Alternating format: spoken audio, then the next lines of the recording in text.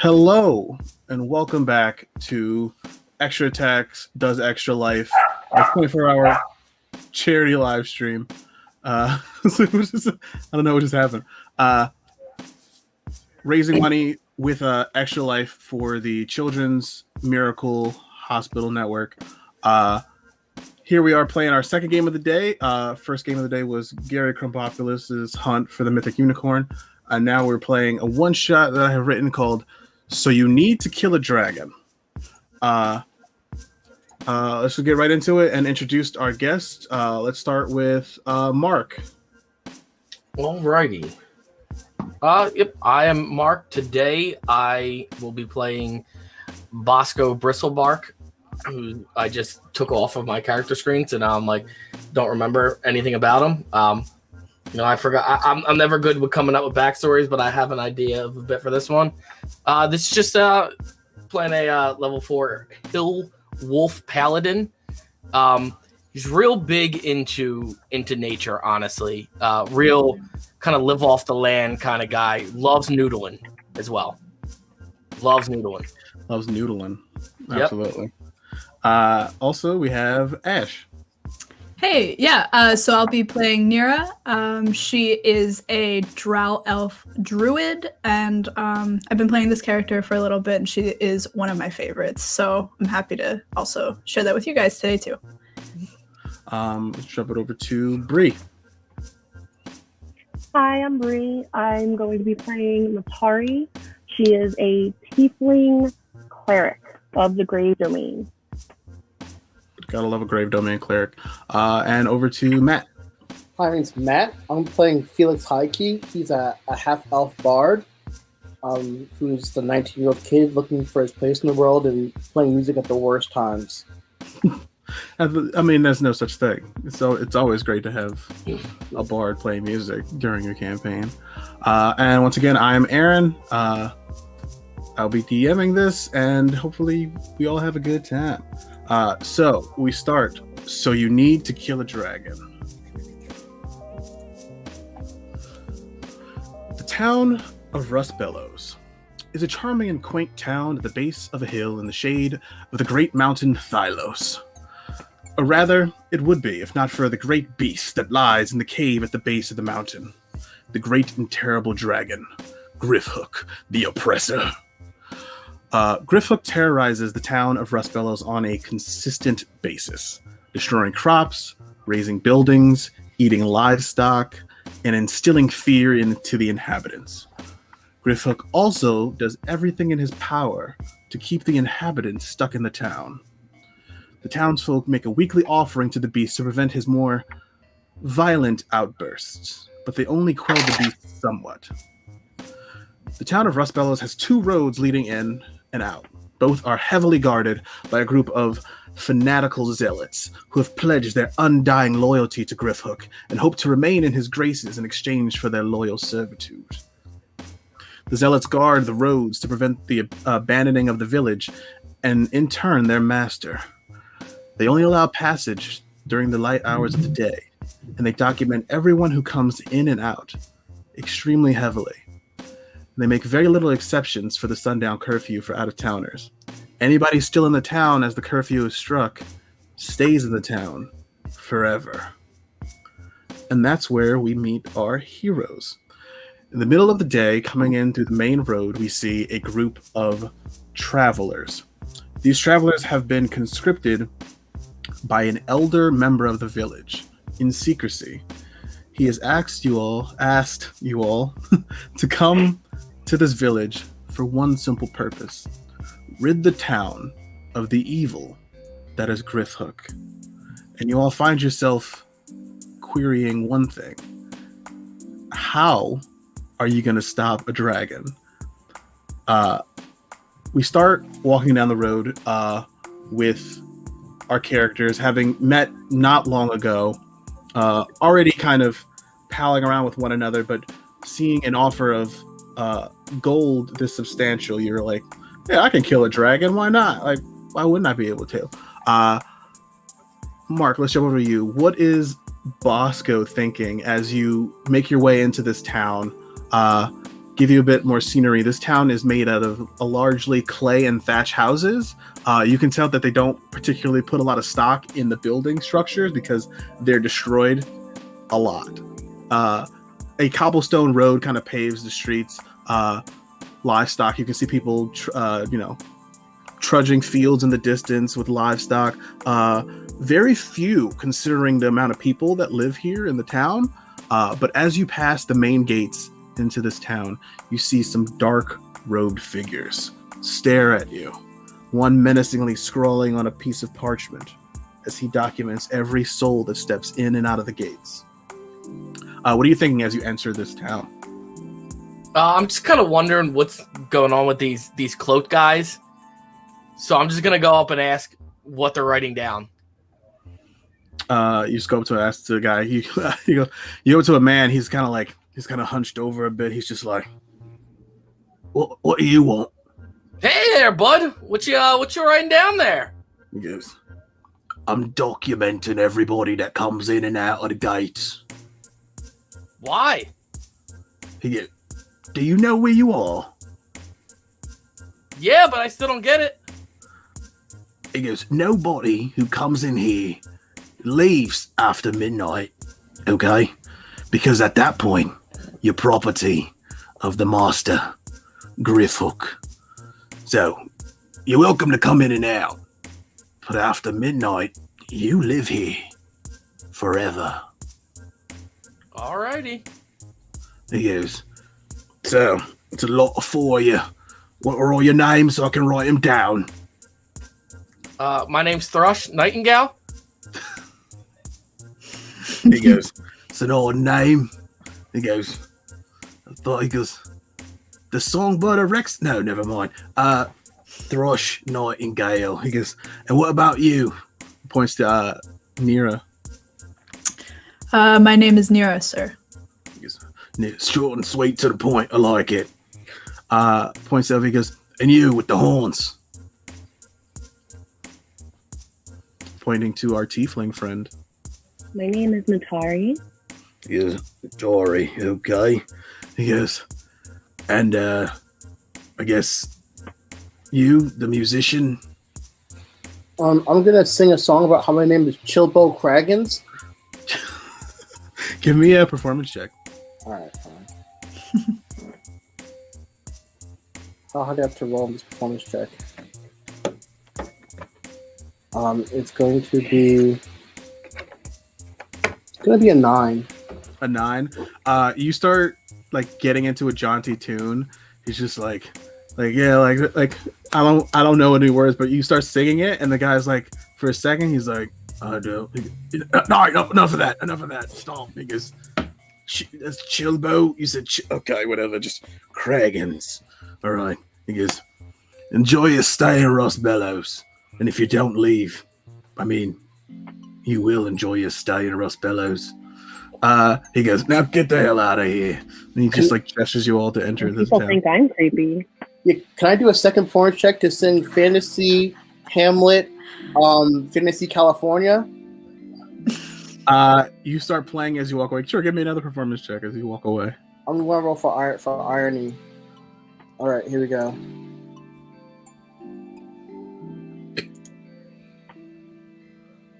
It's an 11. Probably 11. much better. It's just like you start playing a little more as you walk away. He goes, "It's not getting any better."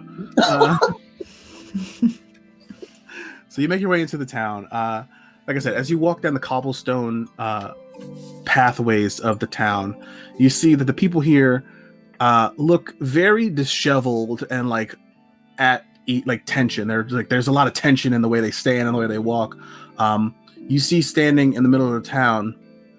As you enter, you see a very old man standing there. He's got a big walking stick he's leaning on.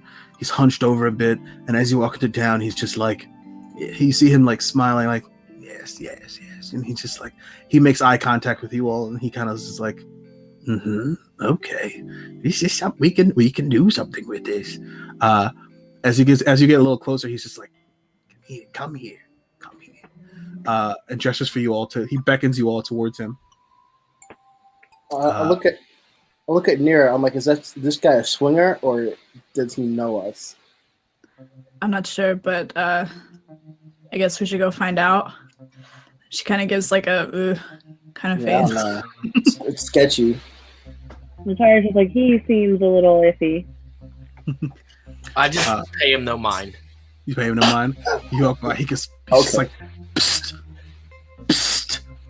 Do you think if we walk that way, like he won't notice? He's definitely looking at us though. Yeah, I don't know how to get out of this interaction. I feel like we've been roped in.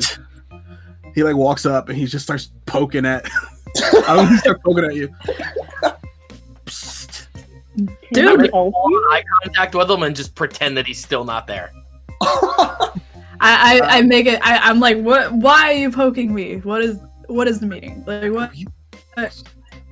You were the ones, right? You received my summons, yes? What summon? Because you're here to do the job. That's why you're here for a job. I sent someone to to hire people to come here and help us. Sure. If we were who you say we are, and you are who you say you are, how would we know that you are who you are, not someone trying to get us in trouble? That's a good point, Felix. Very good point.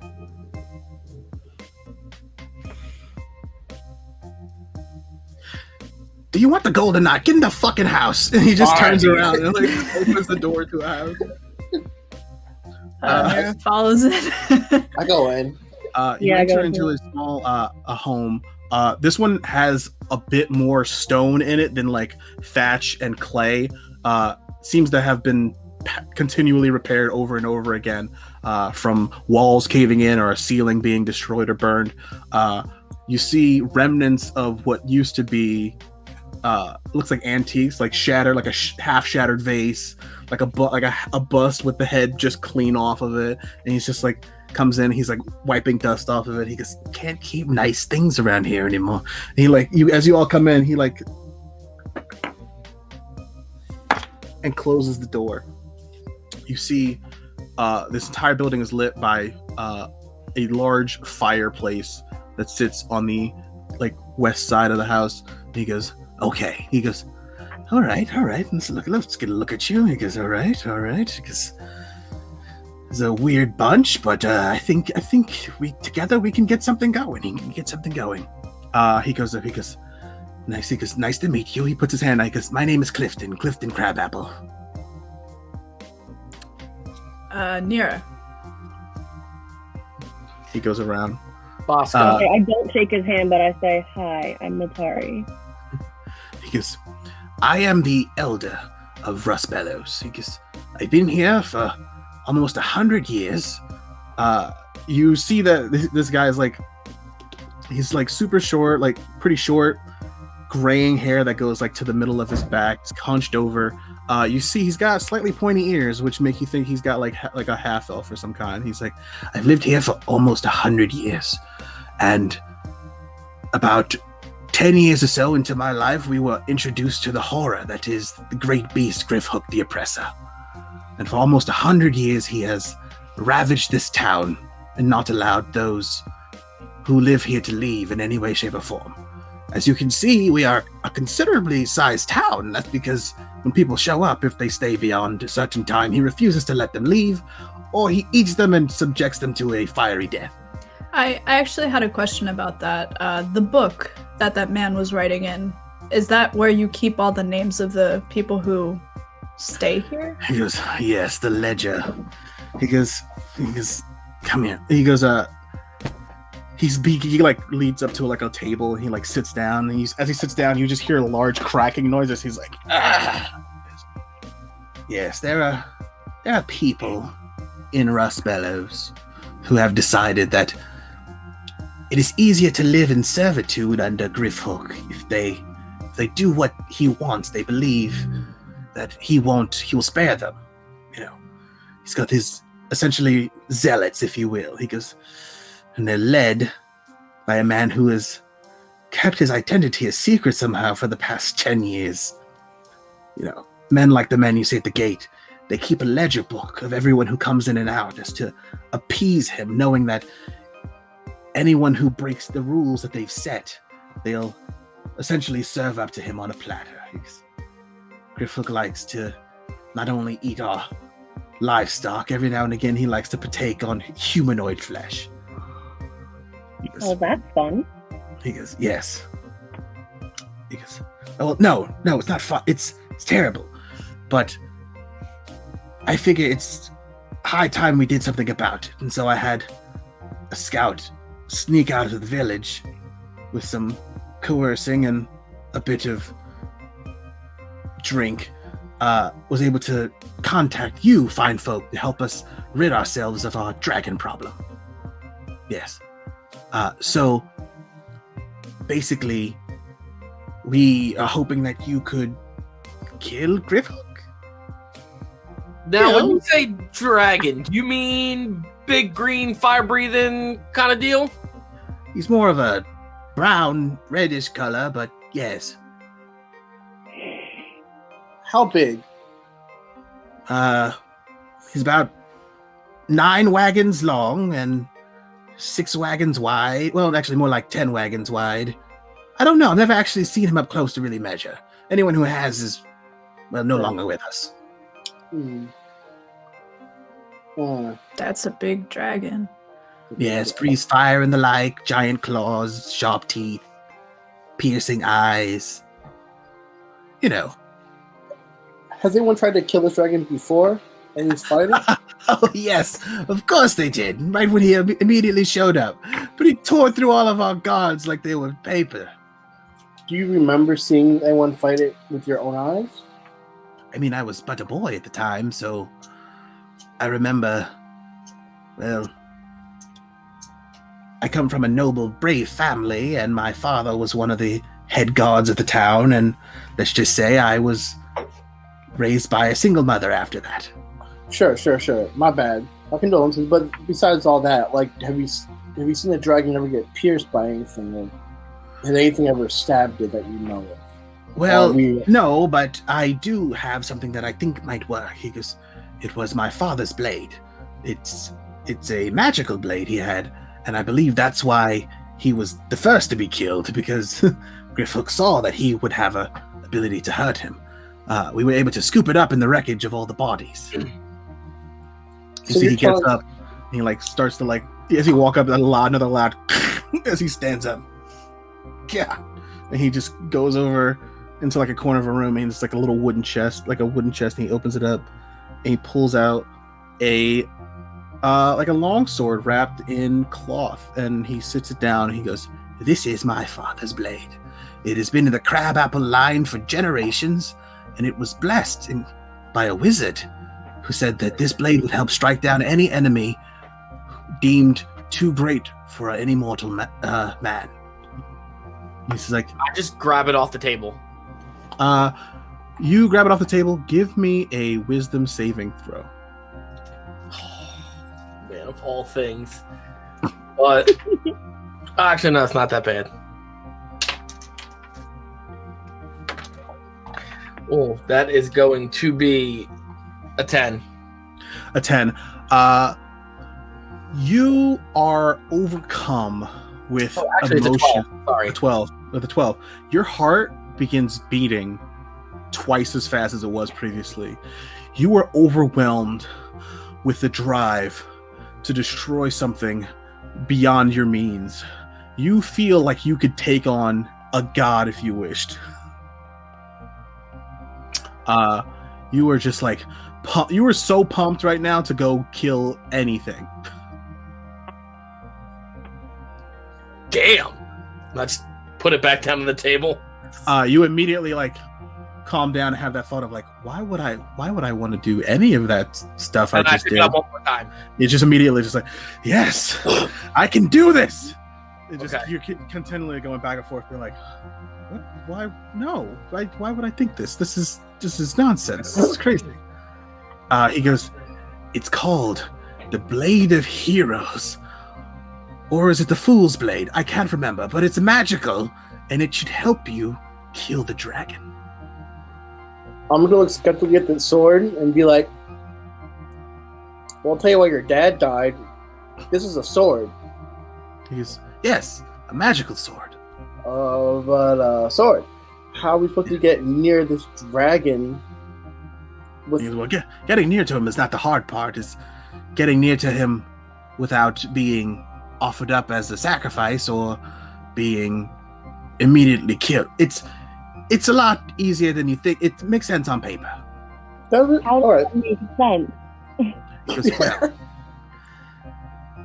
once a week, we take an offering to Griffhook. Usually it's livestock, but every now and again it might be a person or four.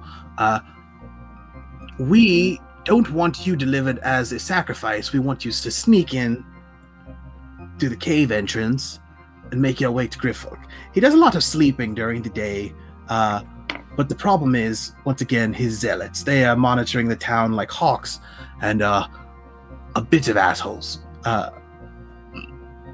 If they find out what you're planning, they may squeal and, in turn, have you all sacrificed to a dragon.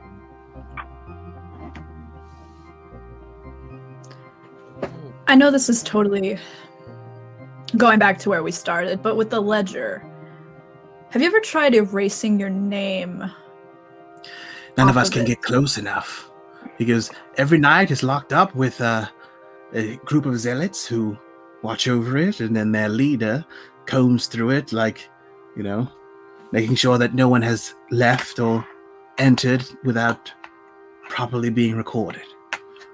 What if we put the wrong name on the ledger? I mean, did they see your face? Yeah? Well, then that's your name now. How's the name a face? I mean, they have a name to go with your face, so... But if I claim to not be what they call me, or just don't listen because it's not my name. I'm having trouble understanding. You're saying if you gave a different name, how would they know it's you? How would I know that they're talking to me? I believe that'd be up to you, wouldn't it? Exactly. He just slowly rotates and turns to the other three of you and goes, "So, are you My willing question to?" is, what's to keep people from just leaving during the day and not coming back? That would be the zealots. So you're just not allowed to leave the town at all? He goes, "We're able to get to the outskirts for a stint, to tend the fields, but the last one who tried to run wasn't very successful. You just give me a perception check, everyone."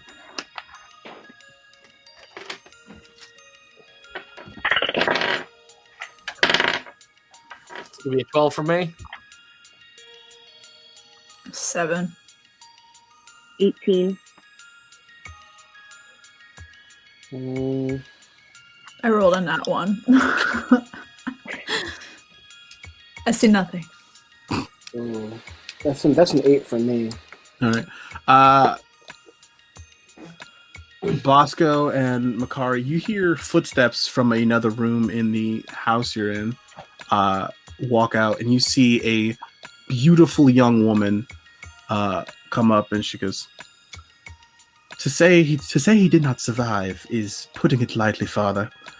He was burned to a crisp and eaten directly afterward. Hello. And she, you see this beautiful young woman comes up, and she does a bow. She goes, "I'm Selwyn Crabapple." And he goes, "And I see you've met my father."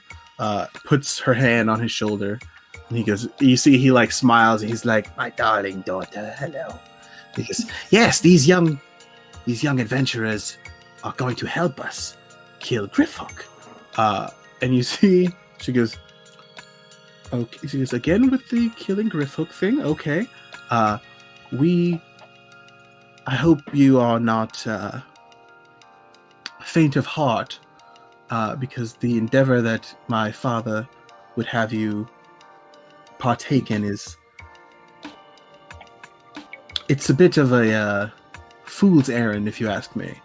And you see Clifton kind of goes, No. He goes, "These people will stop Griffhook, and you will be married, and we will all be happy." no longer living under the tyrannical rule of a dragon. And you see she kind of like does a small like smile and looks at her father. She goes, is this why you're doing this? Because of the wedding? He goes, of course because of the wedding. I can't have you starting your new married life under the rule of a dragon who will eat you as soon as you decide to think about walking out of the gates of the town. You see she kind of like rubs her temples and she goes, today I am to be wed. And my father believes that the greatest gift he could give us is freedom from under Griffhook's oppression. Because the problem is, we do not know the extent of Griffhook's power. The last people who tried to take him on were never seen. Yes, but my father believes that with our family sword and with the right people, you can make your way in and kill the dragon. He's even offering up an incredible sum. You see, he goes, yes, an incredible sum. You see he walks back over to that chest and tries to lift it and is physically incapable of doing so. And you see his daughter comes up because she goes and she kind of drags it up to you guys. She kicks it open. You see a chest teeming with gold and platinum. She goes, yes, 100 years. I've saved for 100 years to pay someone to kill that fucking dragon. Do you think you can do it? Nira's staring at all this gold, just saying, let's kill the fucking dragon. I go over to the table and I grab the sword again. You're just like, yes! Kill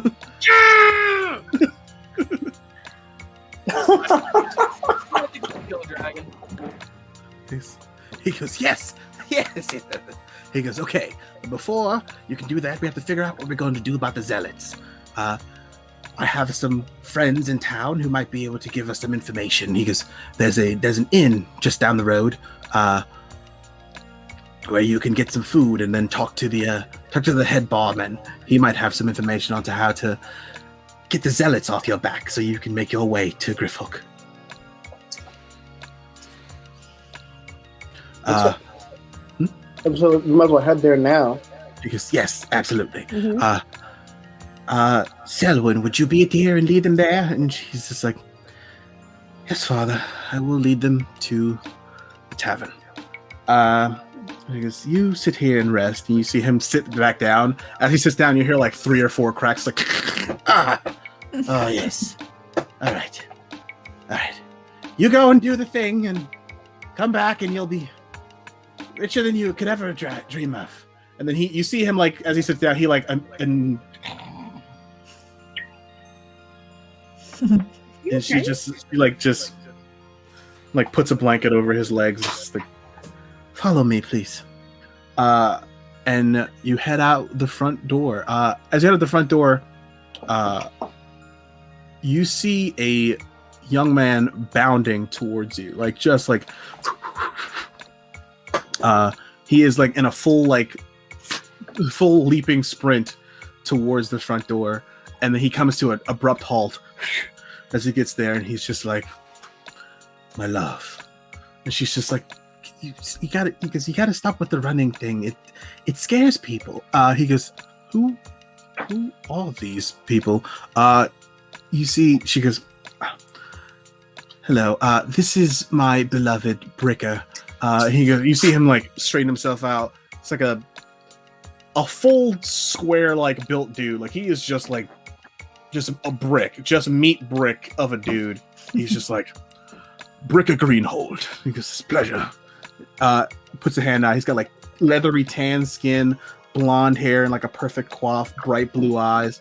He's just like, he goes, I don't believe I've ever seen you around here before. He goes, you are aware that we have a strict curfew, and if you do not leave before midnight, you will live here forever. Yep, we have been told. I'm gonna shake his hand and be like, you look like you eat bricks for breakfast.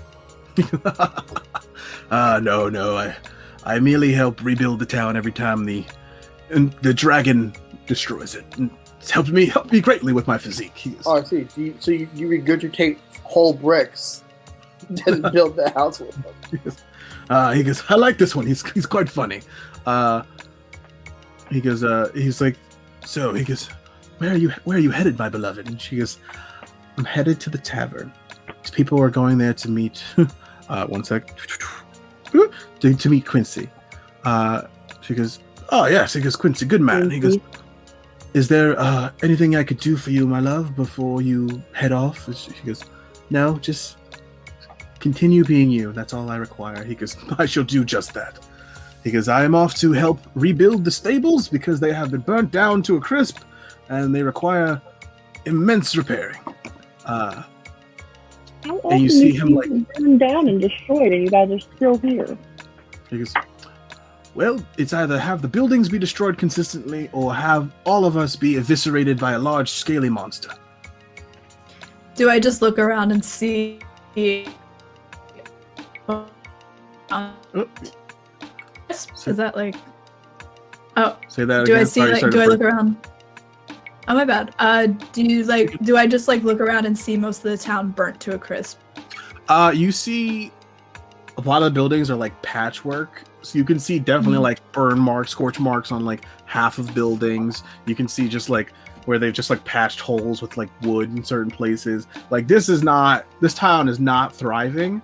They are surviving. It seems that they have made a habit of just being like, yeah, the town got burned down, gotta rebuild it. Like, got it. Okay. Utilizing any piece of anything to just patch this place up. He goes, well, I'm off to rebuild the stables. You see he bends down deeply on one knee, grabs Selwyn's hand, kisses it. He's like, I cannot wait till later this evening when you become my bride. He goes, well, I'm off. And then he just like full sprint leaves. Like Atari just very quietly says, so cute. You see Selwyn blushes a bit. He goes, he is rather strapping, and he does love me with all his heart.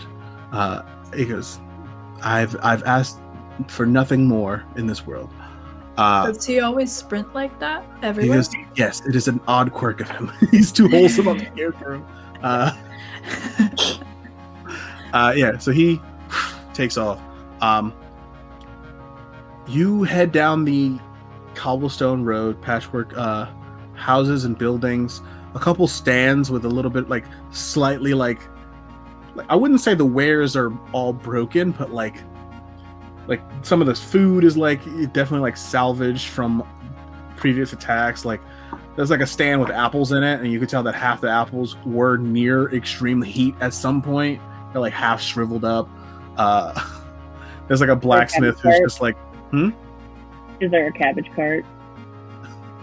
Yes, there's a cabbage cart. Half of it's steamed already. You see, there's a blacksmith who's just got like a shield and is like half drooped. He's just like, I'm gonna have to refire this one. Like just a pile of half melted like armor and weapons, and like he's just like, yeah, all right. Just like banging on it, trying to get it into some kind of form. You see this one building. You see the tavern. Kind of sits proudly. You see that it used to be 2 stories, but it is now 1 story, and it has been expanded not upwards but more like ground level. Like there, it's the main building is kind of like this white clay job on the outside, and you can just see brown extensions and walls that have just been added on to like. He goes, well, you could tell they kind of like, we shouldn't build upwards because it'll just get knocked back down. So let's just keep it all. It went from like 2-story building to like it's all ranch style now. Like we're not building upwards at all.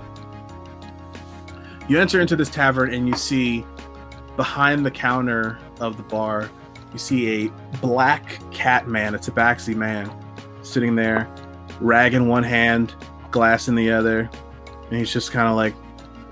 You see behind him a row of where normally would be like flagons and glassware of just broken drinkware of various kinds, like cracks in them, like cuts, just like this is the scraped up masses of what used to be a collection of drinkware, and this is what's just usable. Like some cups are just half of what they used to be, with jagged edges that you can see he's had like somebody grind down to make them drinkable again in some way, shape, or form. Like cups that are just like wavy around the edges. He's just like, you see, he walks in and he goes, "Hello, welcome to the Speedy Pool. What can I do for you? My name's Quincy."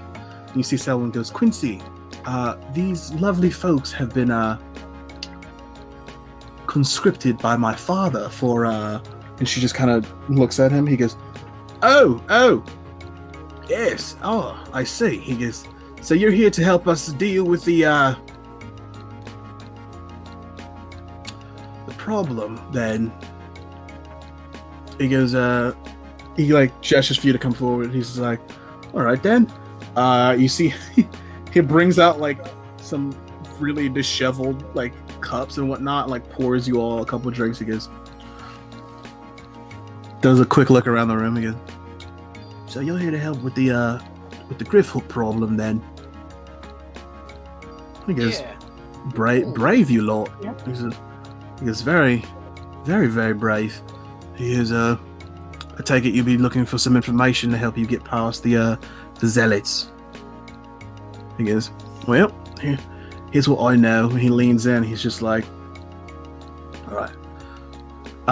And for the next 20 or so minutes, he starts going into details about the zealots. He leans in. He goes, "All right, so the zealots operate on a rotating schedule where they take shifts watching the town from different angles. One man works multiple stations in one day." He goes, "But if you're constantly moving, you got your eyes everywhere, fresh eyes on new locations." He goes, "Today is offering day, and it happens to also be this lady's wedding day." And you see she looks over, she goes, she's like smiling, she goes, "It should be a good day if nothing bad happens."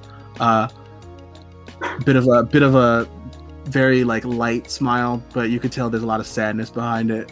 He goes, "Yeah, so the wedding ceremony is taking place here tonight, but we figured during the commotion, since most of the town will be here, most of the zealots will be focusing on this building, which will allow you to slip past." He goes, "We've already got a plan to," he looks over and he pulls out a bag.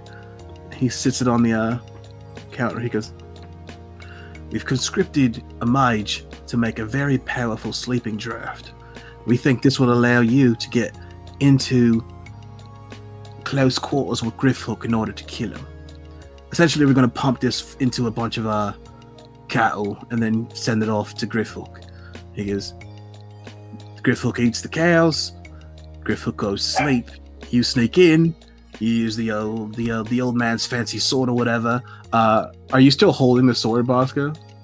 No, I wrapped it in a towel. So You goes, "Use the old but man's every fancy once in a while, I'll just like touch it for."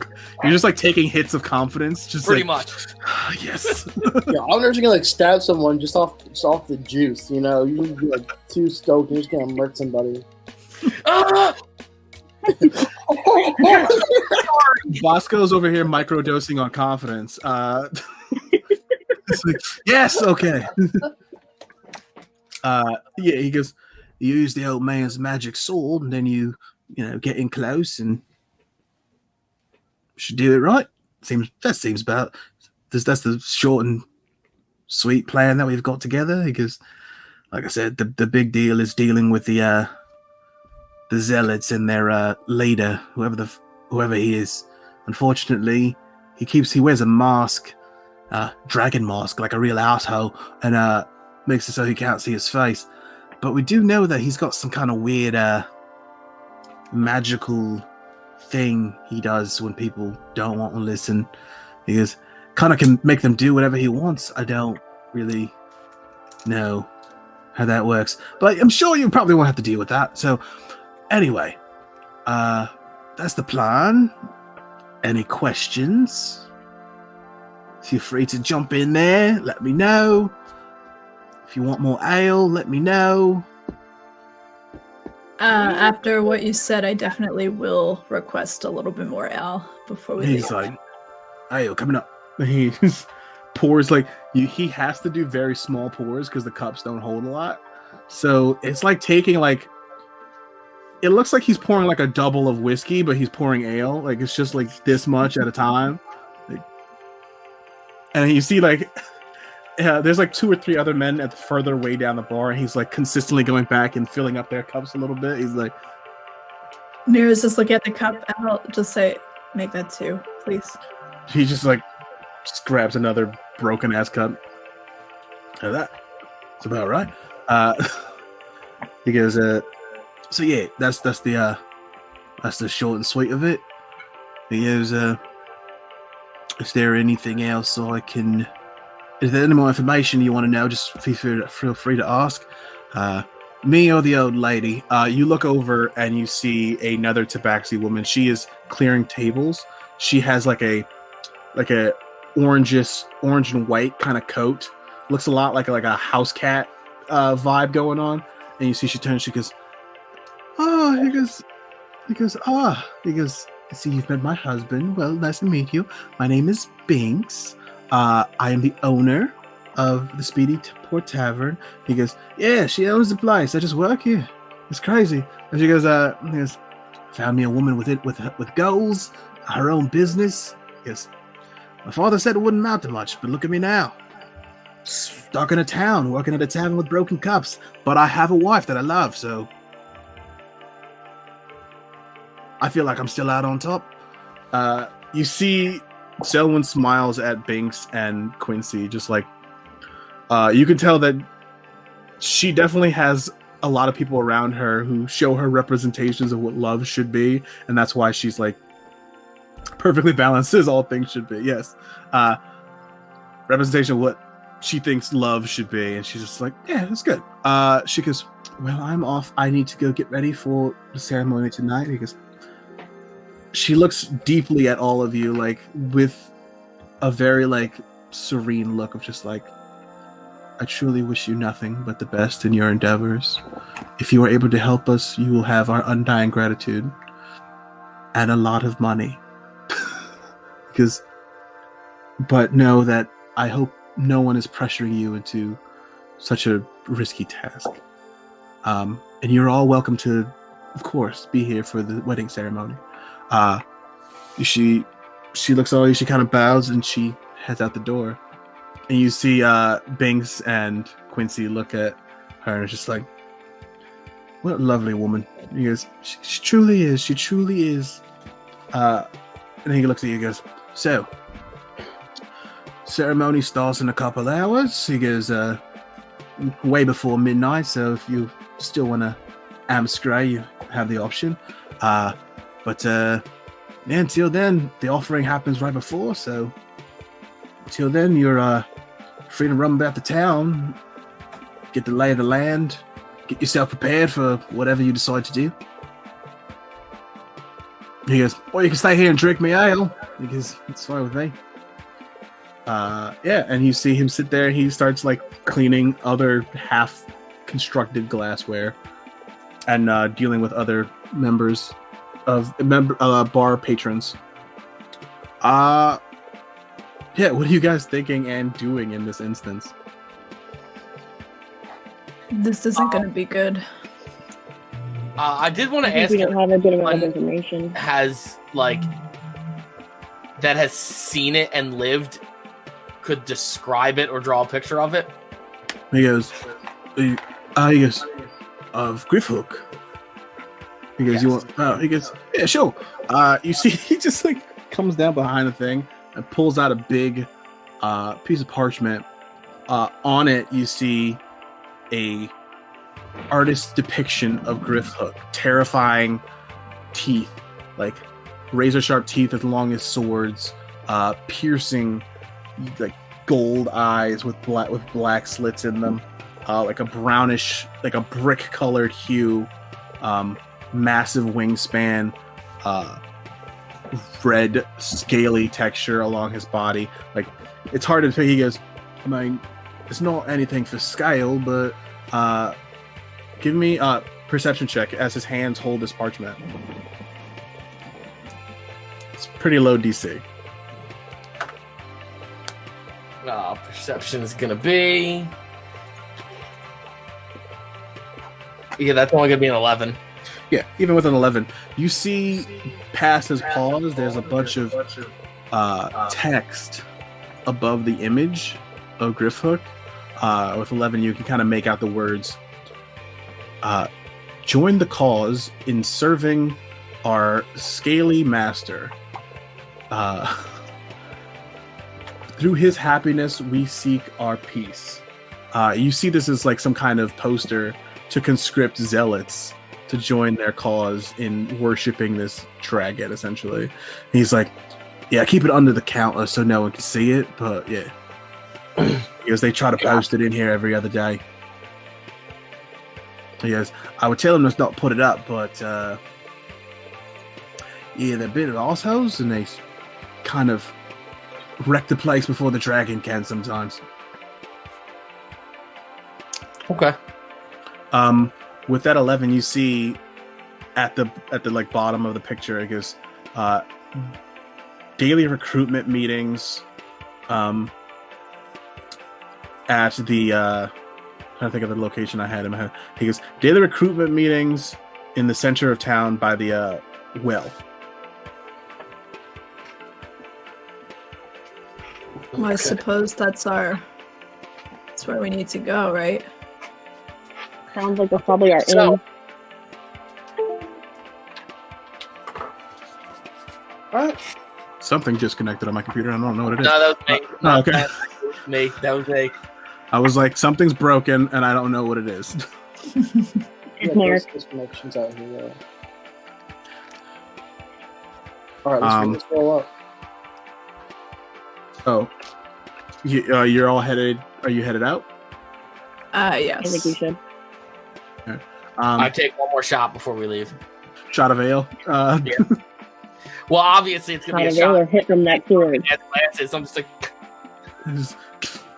He's just like pouring them as fast as you can take them down, so that you get like an equivalent of an actual cup of ale. pretty much. You see, he's very fast pour. He's just like he comes across, no splatters on the bar. He just like nails everybody's cup, and he's just like, "It's the reason we call it the speedy pull." And you see, as he does that, you see Binks on his side says, "I taught him that." You all head out of the bar. You see, not too far from you, you see a large well in the center of town, and next to it, you see like two big hooded figures, kind of like the guy you met at the front gate. Cool. And they're just standing there. They're kind of just doing the big man. Kind of I the guess bodyguard stand. Yeah. I'll start heading over there, but as I'm doing that, I'm just talking to the rest of the group, and I'm just gonna say, I feel like it would be called the average pool if they had normal size glasses. Ooh. Zing. Ooh. Boom. Got him. Wow, you're a little saltier than I remember from you. You just hear a distant cry of just like, just kidding. No. Got him. So you, as you make your way towards the center of town, you see these two people. They look at you and they catch eyes with catch a glance at all of you and are just like, they start eyeing you up, kind of that deal, like, you're not from around here kind of look, like. And you see they look up at the sky and they're like, and they stop like paying attention to you as much. They just kind of keep looking around. About what time is it? I'd say it's about like 4 or 5 in the afternoon at this point. Okay.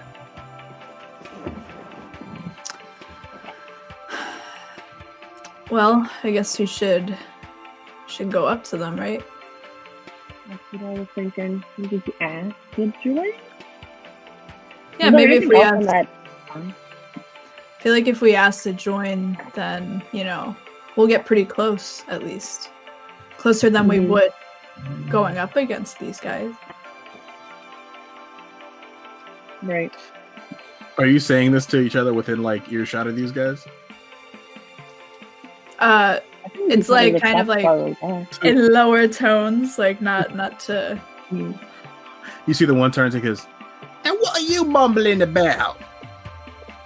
Just like huge dude, just massive. What's going on over there? Hey, where can I get a cool robe like that?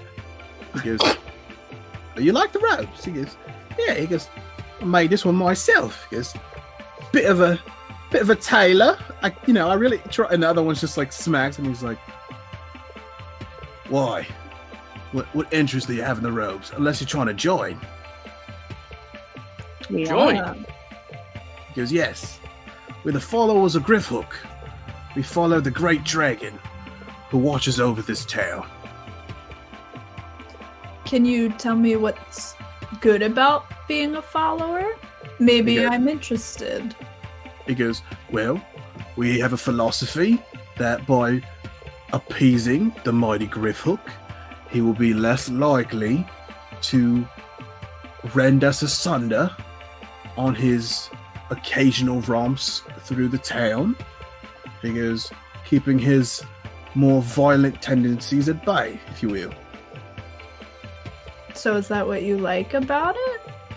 He goes, also, I mean, if you think about it, there's not really crime or like violent actions that take place in the town because we're at constant threat from a dragon. So like, it's really cut back on all the other bad stuff you see other places, if you think about it. By having the person that you follow burn the town? Yeah, I mean, like, it's making, lemonade out of lemons, but like,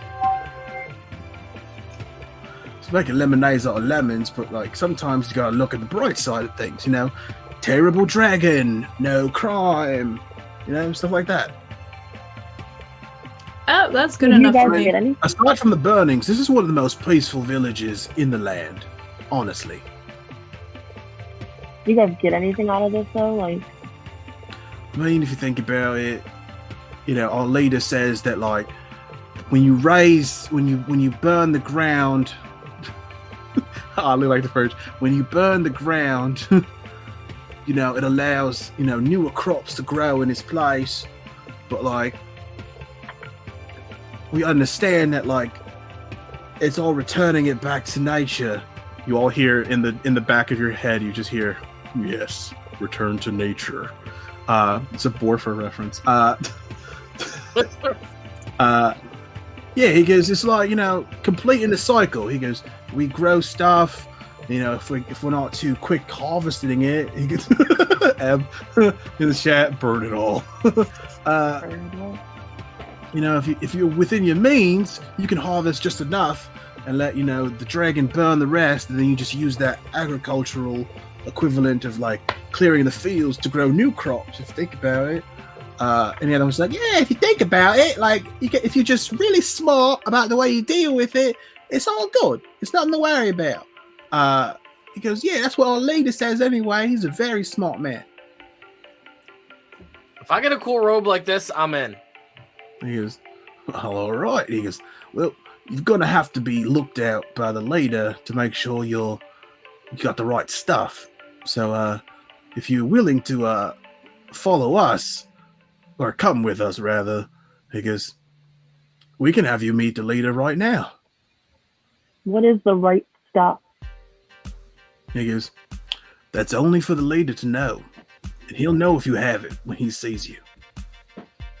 I feel like y'all just don't have all the information. He goes, what else is there to know? Yeah, giant dragon, worship him, don't die, live within your means, live in a fairly peaceful village. I mean, people here are nice. It's got a nice bar. Shitty glassware, but it's a nice bar, huh? Well, you know what? I can't argue with that. So I can, but I won't. You see, they go, well, if you'd like to meet the boss, then there's just one less thing to do. He goes, stay still. Give me perception checks, all of you.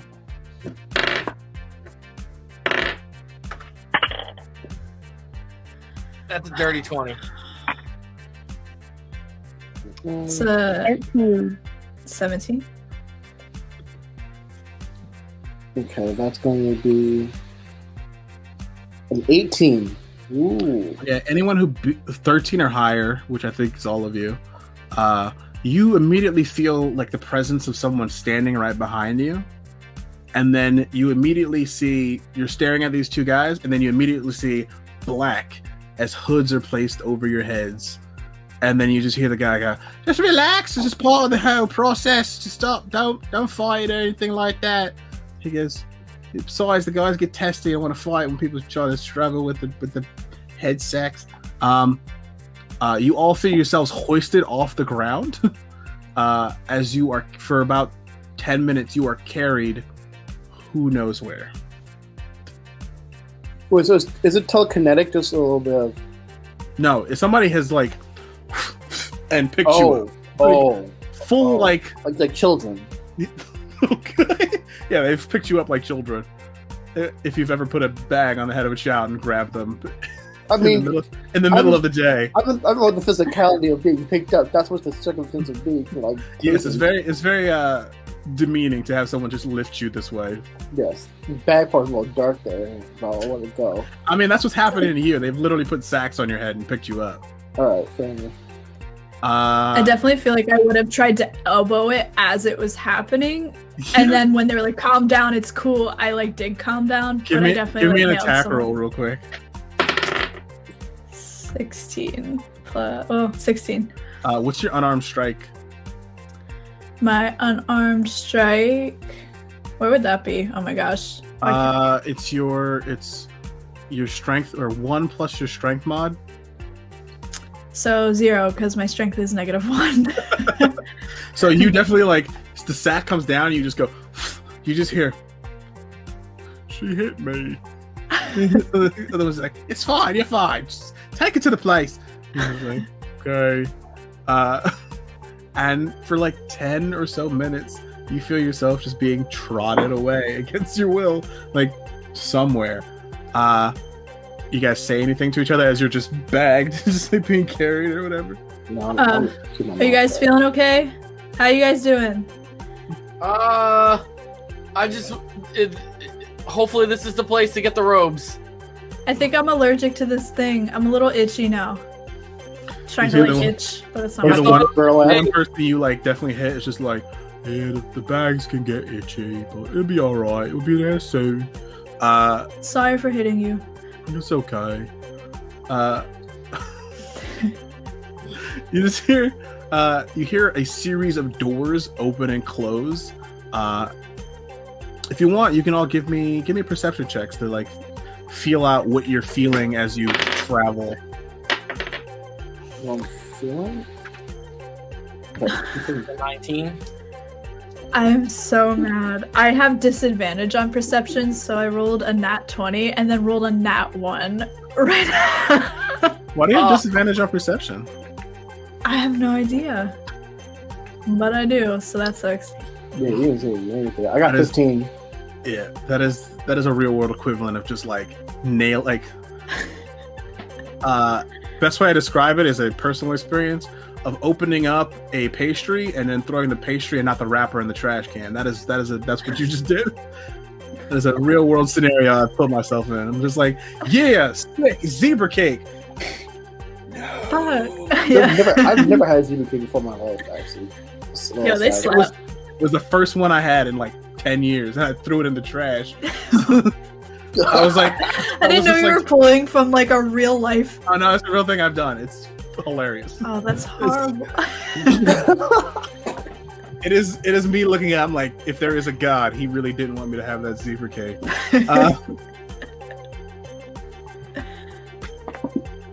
Yeah. You got a 19, you said, Bosco? Mark? Yes. I forgot I was Bosco for a second. You feel, like I said, you all hear multiple doors open and close. Even with a nat 1, you can hear the doors. But you hear with your 19, the footsteps go from clicking on cobblestones to walking on solid wood. And then you hear yourself, like, a couple doors open and close as if you've gone through a couple doorways. And then you see you stand there. You stop for a moment, and then you feel yourselves gingerly be placed back on your feet. You're gingerly placed back on your feet, and you feel warmth coming from in front of you as the hoods are removed from your face. And standing before you, you see a man. He's like 6 feet tall, covered in these black robes, wearing a mask that's meant to resemble the dragon Griffhook, based on the image you saw. And he's just like, "So, you have come here to pledge your loyalty to our great ruler, Griffhook. Is that so?" Yes. Yeah. Because, very well. We shall begin with a test. He walks up to, I'm going to say, let's start with Makari. Makari, how do you feel at this moment? How do you feel about Griffhook and these weird zealots? Like, are you just like, they're out of their mind, they're crazy, or you're just like, I mean, they've raised some interesting points, like, or is it just like, no, these are lunatics?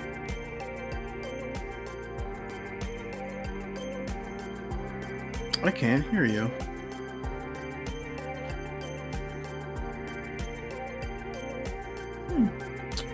Pri, I cannot hear you. I don't know what's going on. Did the AirPods die? No, I can't hear you yet. Mm-mm.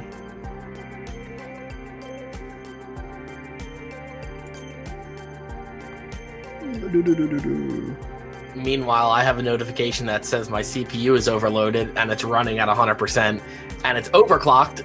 So I don't know what is going on there. Oh no. That's No. coming from OBS Ninja. Really? Yeah. Weird. I don't know why it says it. I don't know. Yeah, I'm not sure why it says it on mine. Do you have anything up in your top corner that says the viewers and then upload? No. Like on the actual webpage? I'm running Oh, I have that. OBS Ninja, and I'm streaming through OBS, and I'm using max 13% of my CPU. That's the thing. I'm using all the CPU. I don't know why. It doesn't make sense. It's all coming from the Opera browser. It's weird. Yeah. I don't know what that is. That is.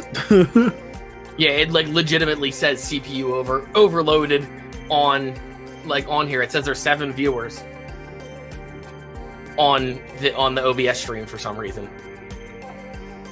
Every instance of the thing being put into another thing, this acts as a viewer because we have the whole.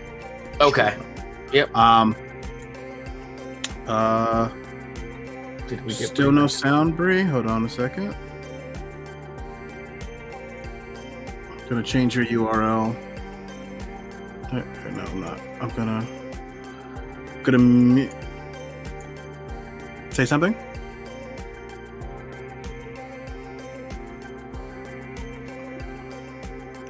Should we do a be right back? Yeah, we're probably gonna do a be right back. We're gonna take a break now while I fix this. I don't know what's happening. But yeah, you are in front of this large man with his dragon mask, conscripting you into the service of Griffhook's zealots. We'll be right back after a brief break where I fix all the computer things. Let me do one sec. Gotta love them. Yeah, I mean, you gotta love technical issues. Once again, just a reminder, we are doing this stream for 24 hours to raise money for Extra Life, raising money for the Children's Miracle Network hospitals. If you have the means to donate, be sure to click the link, drop a donation. We're trying to get to $500 by the end of the stream. A lot more deity to come. We will be right back.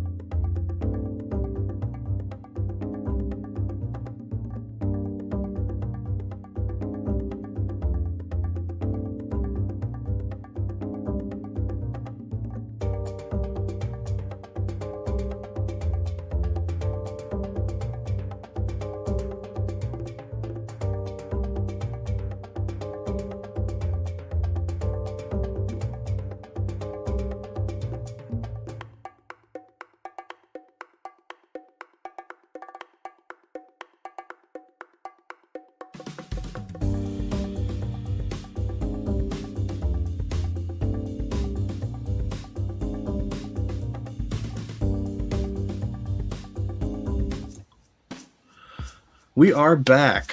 Got some technical issues figured out, and we're all good. So back to what we were doing. This imposing man in a dragon mask has asked you. I'm asking you, how do you feel about these zealots, what have you? Like, what is the vibe you're getting from them as he approaches you to Matari? I don't think that they're very smart. I don't think that this is a good cause, I guess, since that's what it seems that they're going for. Right. I'm just kind of here like, all right, well, I guess I'm here. You see this guy raises his hand up near you. He doesn't touch you, but like raises it above your head. Give me a wisdom saving throw with advantage. Okay.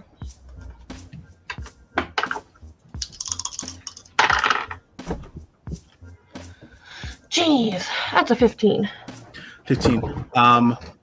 You feel this with the 15. You feel this guy like trying to pry into your mind a bit to see what you like, try to get a vibe of you.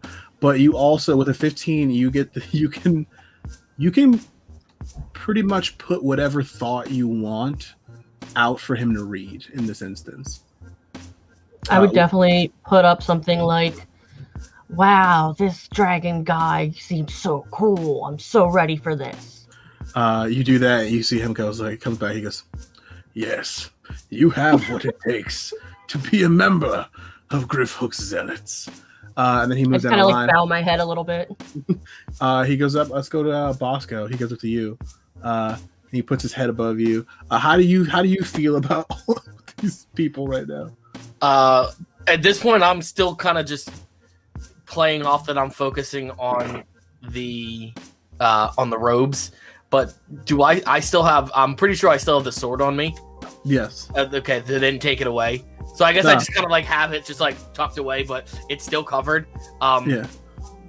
I just touch it real quick just to get a vibe for a second. All right. Give me a wisdom saving throw with advantage. As you're just like bursting with confidence as he puts his hand. You're like pushing forth. You're like robes, like yeah. Let me double check real quick so I don't screw this up. Cool, I do get that with advantage. That is a dirty 20. Dirty 20. Same deal. What kind of energy? Mind you, you are amped up at this point. What kind of energy are you putting forth? I'm just exuding the most confident. I don't know how to pronounce it or say it, that I will be the best dressed. At just some point. Yes. You're just like in your head. You're like, my fit is going to be the greatest out of anyone who's ever lived. As soon as I get my hands on one of these robes, you see he pulls his hand back. There's a bit of reluctance of like, yes, you have what it takes. Yes, absolutely. And he goes over to Nira. He waves his hand over you. What vibe are you getting from these people right now? I'm probably thinking about like, God, this is so dumb. Like, that's probably what Nero would be thinking. Give me a flat wisdom saving throw. A natural 20. Natural 20. He waves his hand over. You still like, you don't change your thought process at all. You're just like, this is dumb. He's just like, yes, I like your attitude. Rebellious yet powerful. You have what it takes. Like, he's just, you see this, like, give me an insight check, if you will, into this guy. As you roll in that 20, give me an insight check. Yeah. Insight +6, so that'd be a 19.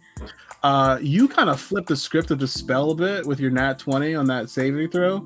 You're just like, you get a read of him a bit more than he gets of you.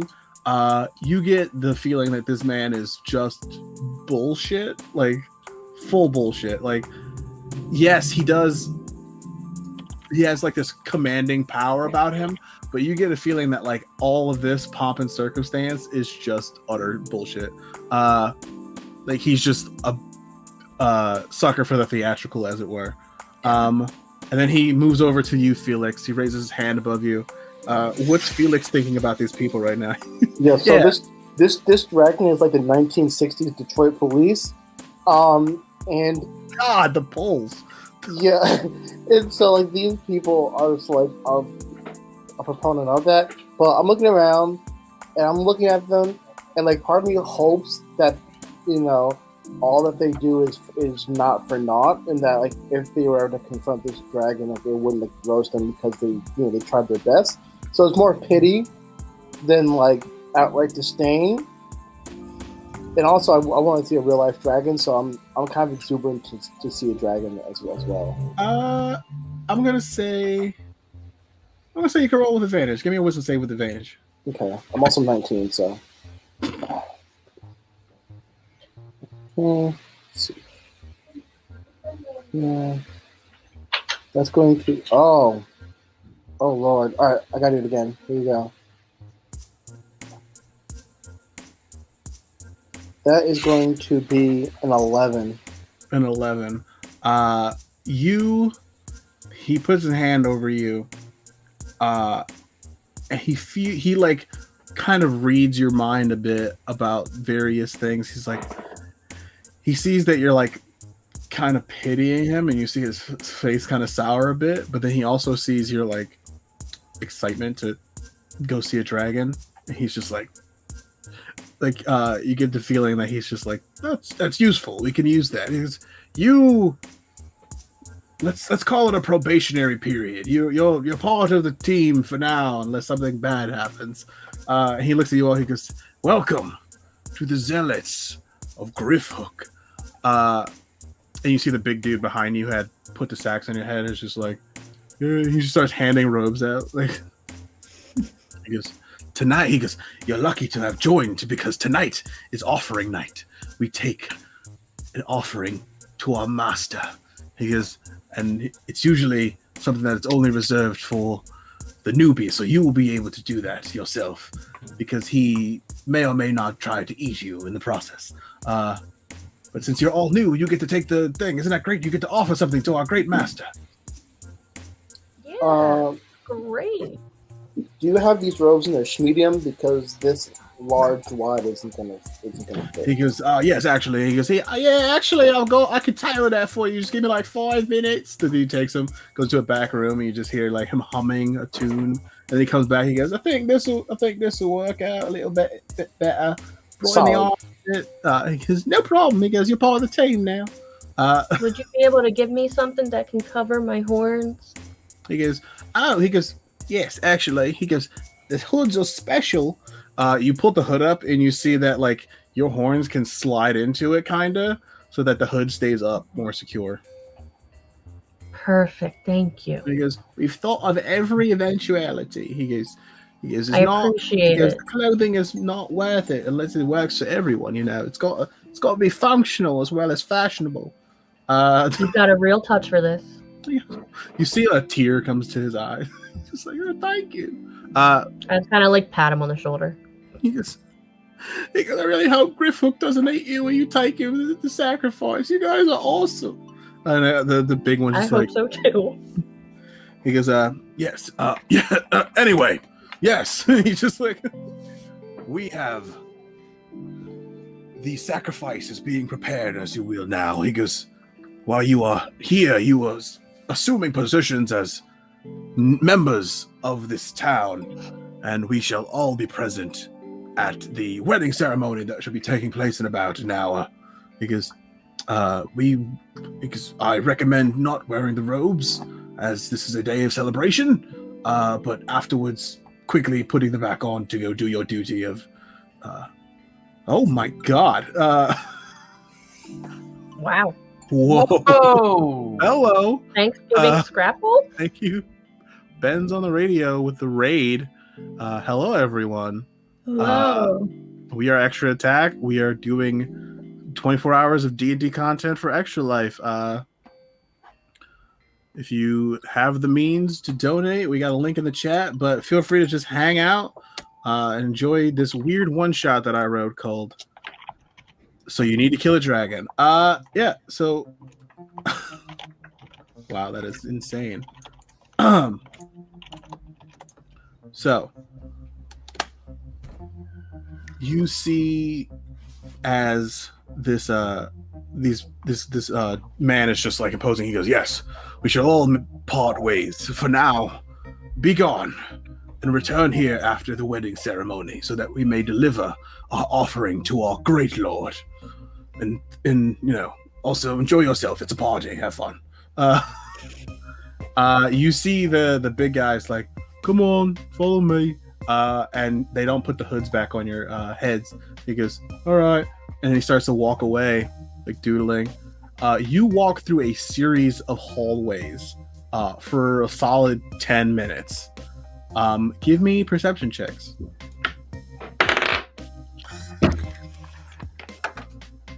Another nat 1.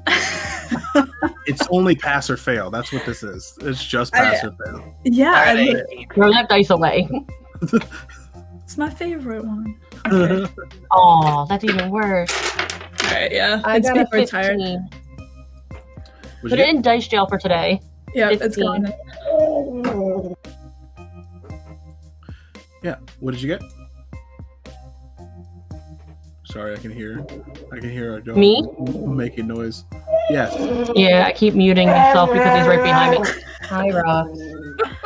I got a 15. Excited for the raid. Right in time for the raid. You can all hear my dog in the background. I love it. I can just hear. Can you tell me what your perception checks were again? Bree and Mark, sorry. I had an 18. 18. Bree, you got a 13 or something, I think. Thumbs up. Yeah. Yes. With a 13 and an 18, you see that these hallways are constructed of solid stone. Unlike a lot of the architecture you've seen in the town, this seems to still have some solid structure that remains here. After walking for quite a while through some passages, you see a stone staircase leading up to what looks like a door. And the big dude comes up, he goes, "Follow," he goes, "this way." You go up the stairs a bit and you see the doors open, and you see the orangish hue of the evening sun peeking across the horizon, and you see you're coming out of what is essentially like an attic or a cellar style situation, just near the entrance of town, like just off of the main gate. And you see he's just like, "Yeah, he goes, since you're new here, you don't know your way around the tunnels yet, but they help us get to all the sections that we, navigate around." He goes, "You'll learn them in time, don't worry about it." And he goes, "Don't forget to take your robes off and have fun at the wedding." You see he slips around a corner, and then literally like 2 seconds later, the same guy, with no robe on, just like wearing average clothes, like with just as friendly of a demeanor. It's just like, he turns and he like talks to you guys as if he doesn't know you at all. He goes, "You're new to town, you gonna make your way to the wedding?" Yes, we were just planning to get there, but I'm not sure which way we were He goes, supposed to. "You can follow me, I'll take you there." And he starts to walk away. Wait a minute. How did you do that? Do what? I'm not sure I know what you're talking about. How did you get Yo, some kind of like quick change artist or something? No, I've been wearing this all day. Are you sure? Yeah. So do we leave the robes on? No, we take them off. Where do we put them? Matari just has her robe over her arm and is just like, "Guys." Yeah, so Nira starts taking off her robe. Also throws it over the arm as well. I'm just sitting there in shock. And I think like my eyes are starting to shift back and forth. I'm like, "Guys, I think these people are brainwashed." Number one. Number two, our draft potion thing is not going to work. We kind of gotta make it work, though. Can Whatever. Can we do like a little prom prank and drug everybody? You want to drug everybody at the party? I have an idea. You'll see. Okay. We'll see. We're gonna move along. You guys make your way back to the Speedy Poor Tavern. You get to the Speedy Poor Tavern. You see this place has transformed in the hour or so you've been gone. There's like banners of flowers decorating the outside. You see the doors wide open. You hear music inside. You hear like jovial laughter everywhere. You go inside. You see essentially like the whole town's like here in the tavern right now. Everybody's having a good time. They're dancing. They're singing. You see Binks is pouring around cups of ale to everybody. You see Quincy's dad at the bar. He sees you walk in and he kind of just gives you all like the head nod. You go in. You see Clifton is standing there, like stick barely holding his bones up, next to Selwyn, who's just like he's got his like hand on her hand, just like definitely like doing that thing that parents do where they show off their kids. Right. Look at her, she's so gorgeous. You see across the room, you see Bricker standing there, just nothing but like he's wearing like nicer clothes, not like a suit fully, but like definitely like a dress kind of robe thing over like a nice shirt. Nothing but flop sweat. This dude is just like you could tell he is extremely nervous. Like he is glistening and not in a cool way. It's more just like you can see this, and you see like other dudes around him. They're just like patting him on the back, like it's like definitely like bro cheering him up, like it's gonna be all right, dude. It's gonna be great. He goes, you're gonna get married. He goes, Selwyn, she loves you. He goes, and like that's more than anybody here would have ever thought possible. He goes, and like you're gonna be married, and then like everything's gonna be great. Everything's gonna be fine. And you see next to Bricker, a little off to the side, is a extremely tall and imposing looking man standing there. He's got like his hand on Bricker's back, and he's just like talking to him. Give me a perception check.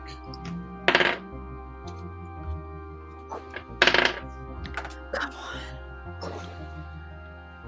Again? Is that another nat one? I got a 16, but because I have disadvantage, it was another nat one. Oh, Jesus. Dice jail. Okay. Yeah, it's a 5 for me. I got an I'm 11. just really happy to be at this wedding. Everything looks amazing. 16 for me. 16. I'm gonna say, Bosco, you look at this man and you're like looking at him, you're like, you have a thought in your head. You're like, this man would look awesome in a big black robe. And you have that thought, like in your head, you just kind of like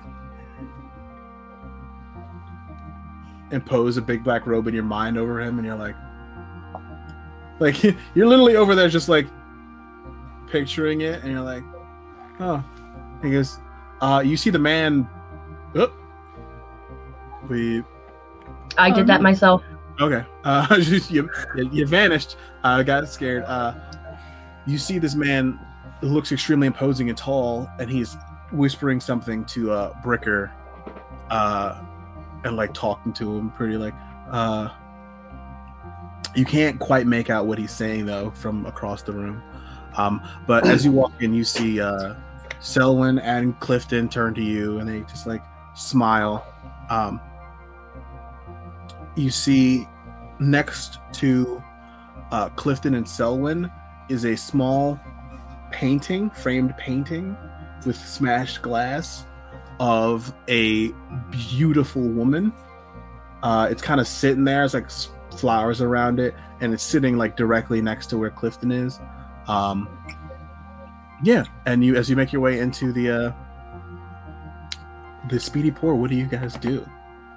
I want to look for a punch bowl or something of the sorts. Is there anything like that? Give me perception. No.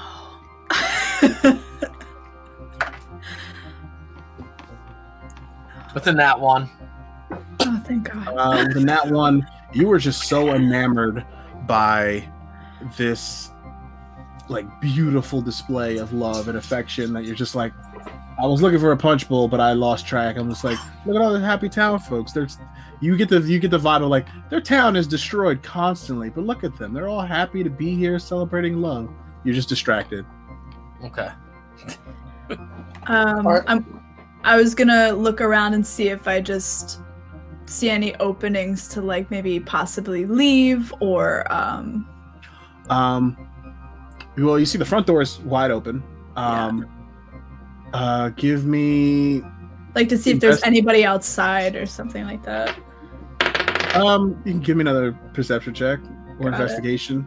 That's a disadvantage, so 18. 18? I rolled you see that there are people outside, but they're all heading inside. There doesn't seem to be anyone outside, like, watching anything in particular. It seems like I said, the whole town is here. So, like, if anyone was trying to look out for anybody, they'd be doing it from inside this room. Got it. Okay.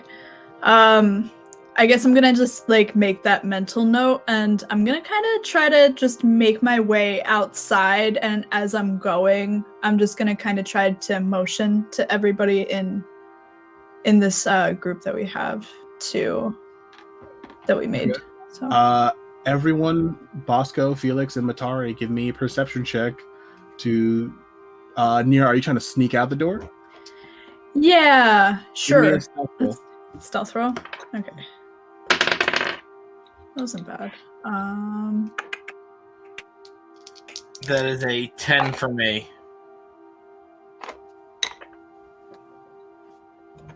Yep. What are we doing? Sorry. Perception check. Okay. Would it Nira get on stealth again? 17. 13. Felix, perception. You're muted.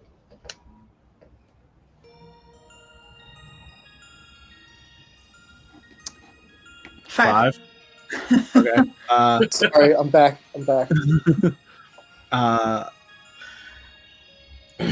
I'm gonna say Matari, you're the only one who sees Nira kind of give like the motion and then just disappear into the crowd, and she just disappears, like gone. Bosco and Felix, you don't notice anything. So it's Am I close enough to them to like nudge them and be like, hey?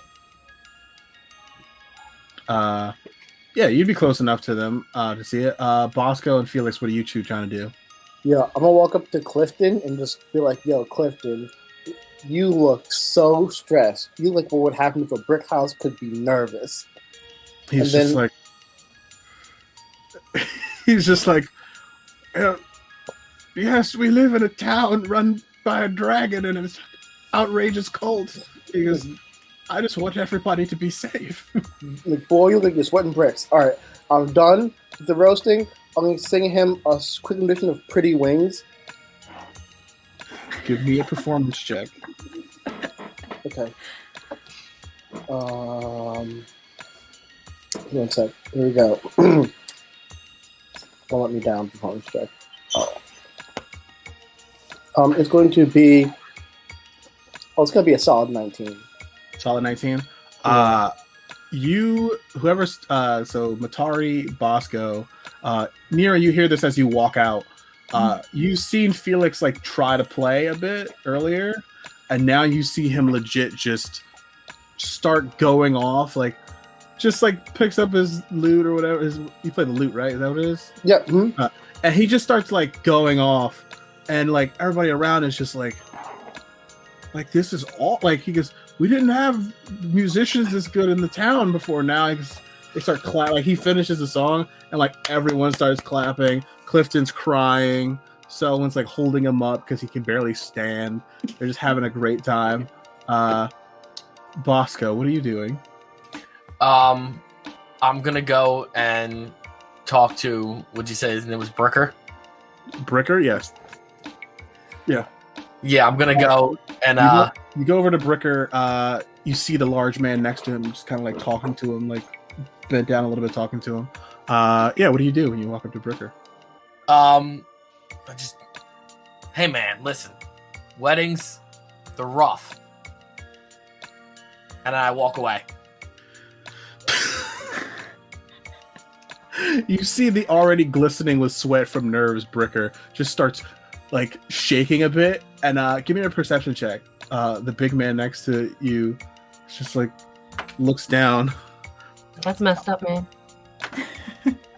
That is a nat 20. Nat 20? The man looks down, and you see him talking to Bricker, but his voice is so soft. He's just like, son, everything's going to be okay. This is going to be a great day for you. No one can take this away from you, Bricker, because you are the pride and joy of Rustbellows, and you have found yourself a beautiful woman. And then you walk up, and they're just like, weddings are rough. He turns and stares daggers at you with a fiery passion. And he's just like, and then he continues, like, he stops staring at you for a second, and goes back to talking to Bricker. He then like starts to saunter over towards you as you walk away, and he puts a giant hand on your shoulder, and he goes, and like he leans down. How tall is Bosco? Bosco's a dwarf, so Bosco's like not it's. You see a man go Say fully. my height, but You see a man go fully like 90 degrees to talk in your ear, and then you hear a soft voice go, I do not appreciate how you've spoken to my son today, because you have business to attend to after this wedding, and you shall attend to it, but we will have a discussion at some point. And then he just like stands back up and turns around and walks back over to his son and just starts talking, like pep talking him again. Matari, at this point, you kind of like gesture to Bosco and Felix, like, come on. Matari, give me. I'll say if they're not coming, I would probably just try to follow Nira. Yeah. Bosco, Felix, and Matari, give me a perception check as you leave, or as you start heading out. If you start heading out. That's an 8.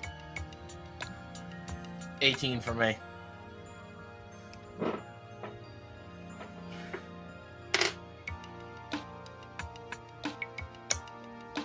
Felix, could I get a perception check? 15. 15. I'm gonna say Bosco. Bosco, you see Quincy at the bar as you're leaving. Kind of gives you the eyes, like he like stares at you a bit. Give me an insight check. Me? Bosco. Mate, Yeah. you said insight? Oh, it's not as bad. It's a 9.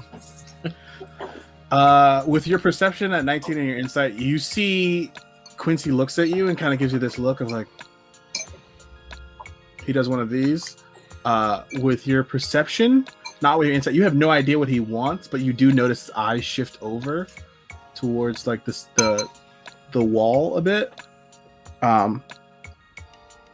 And what do? You trace his eyes. And you see a chair. Underneath the chair, at near the exit, you see a small baggie. I'm going to, as quietly as I can, go over and just kind of sit in the chair there for a second and kind of act like I'm resting for a moment and grab the baggie. Okay, give me a sleight of hand check. I'll sleight of hand. That's a 14. Yeah, don't worry. You feel like no one saw you. You're like, cool. Pick up the baggie, and then you see Felix and Matari start heading out the door. Yeah, I pocket it and then head out the door. All right. Are any of you leaving stealthily, or are you just walking out? I would probably try to stealth out. I mean, if it looked like Nira was stealthing out, then I would have tried to do the same. Obviously, we're trying not to be seen at this point. Yeah. Like, we don't want to make ourselves noticeable.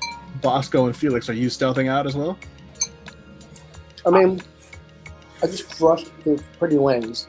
I'm gonna say, Felix, if you try to stealth out, it's gonna be a disadvantage, clearly. But Bosco and Matari, if you wish to, you can give me a stealth roll to let me. I am not, just because at this point they've already seen me. I mean, it was definitely obvious that the father of the groom came over to me and said something. So if I feel like if I leave stealthily, it's gonna look bad. So I'm just gonna like walk out, kind of in the guise of maybe he told me very nicely to leave. So I'm gonna just head on out. Matari, what is your stealth roll? 12. 12. Okay. You walk out. Nira, I'm what are just you trying to doing? like blend in as I'm like going out, like not really super stealth, but like not as obvious. It's like leaving a crowded bar, but like no one knows you're gone until like it's too late. Like, AKA my signature move. Goodbye. Especially out of a crowded bar, you're like, sick. There's so many people here. You just back up into a crowd. Vanish. Yeah, Matari, you go outside. Nira, what are you doing outside? I'm kind of just like scoping the area. Like I'm kind of just like seeing what's going on outside here, just to make sure that like when we kind of take our leave a little bit further, is anyone going to be watching us? Like what's the deal with that? So. Yeah, you're scoping it out. Yeah. You can give me perception if you want. Cool. Please. I wasn't a nat 1, but it was a 5. But but I get to add 6 to that, so that would be. Was 11. it was the first one a 20? It's just like 20. You're like, just not another one. It's disadvantage. God, this is a weird like, phenomenon you're having right now today. You're like 20 and 1. Like, I'm waiting to give you something with advantage so you could be like 21. Like, yeah, right. Yeah, you guys. You don't see anyone hanging out here. Shortly afterwards, you see Matari come out pretty quietly. And then you see just strolling out Bosco and Felix. As I see them not sneakily coming out, I kind of just like face palm it a little bit. I'm like, okay. Let's do this. Yeah. Bosco, you have this bag. Yeah, I want to open up the bag and see what's in there. You begin to open the bag. You see at the bottom of the bag a bunch of weird white powder, and then like a small roll of parchment sitting at the top of the like around the knot of the bag, and it says, "A little bit extra might be of use." Lick my finger, dip it in the powder, taste it. Give me a Constitution saving throw, please.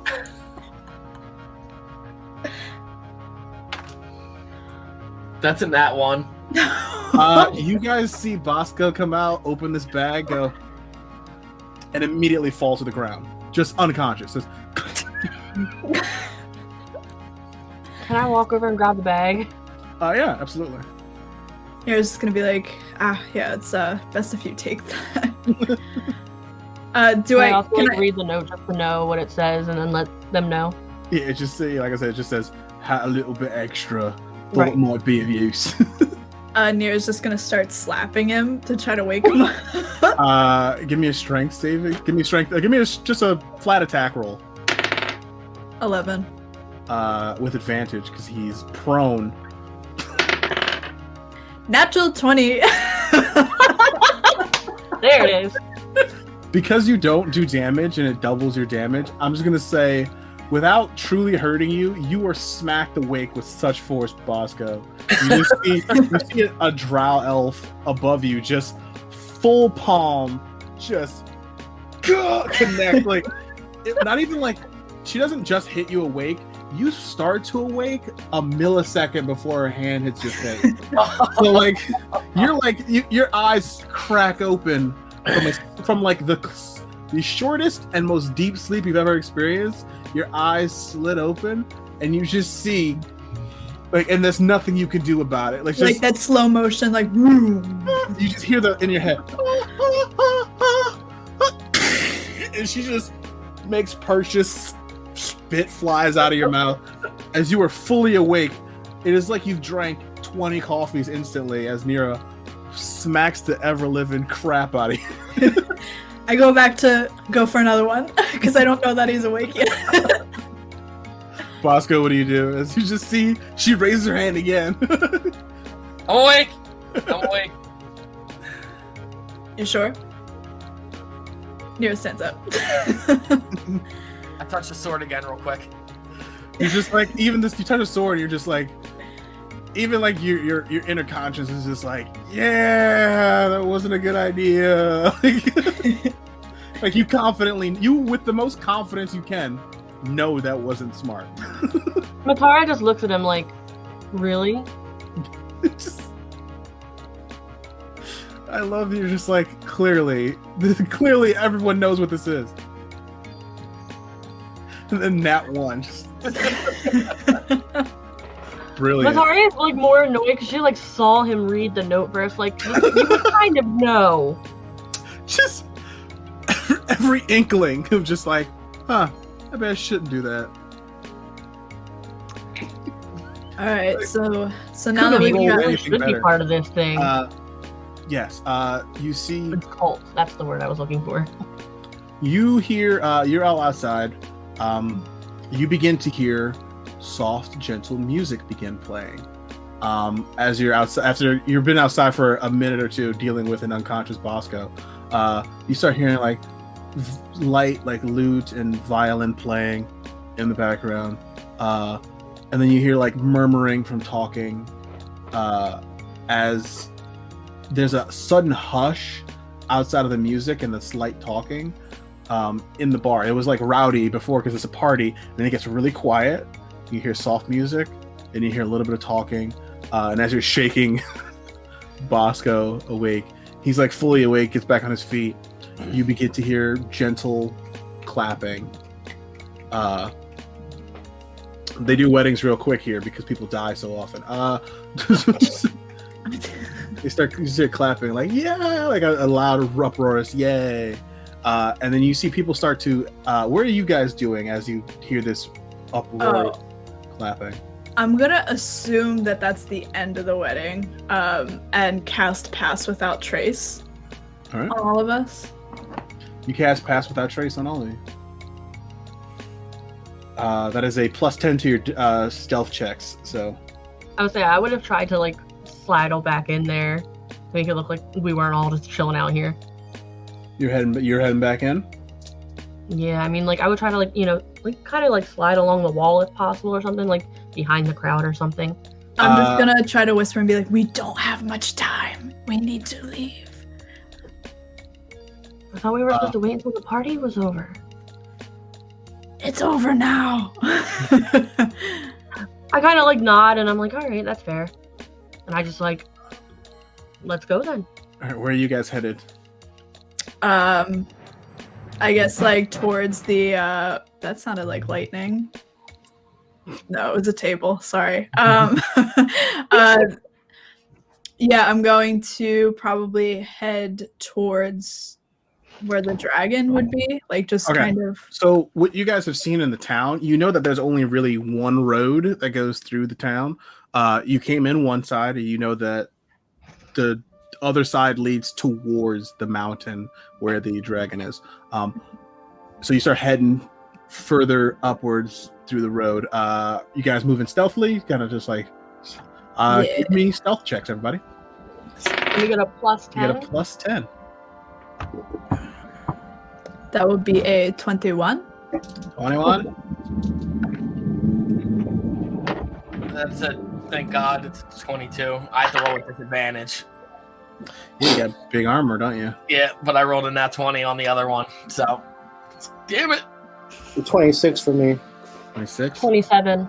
27. Woo. Stay up there. You guys turn into the goddamn wind as you head towards the other end of the town. Can I have how much danger music as we stealthily move across the town? You quietly are just like like on the loop, just gentle enough that it's not carried on the wind. Like you all are such close together, you're just like. Oh yeah, the vibes are there.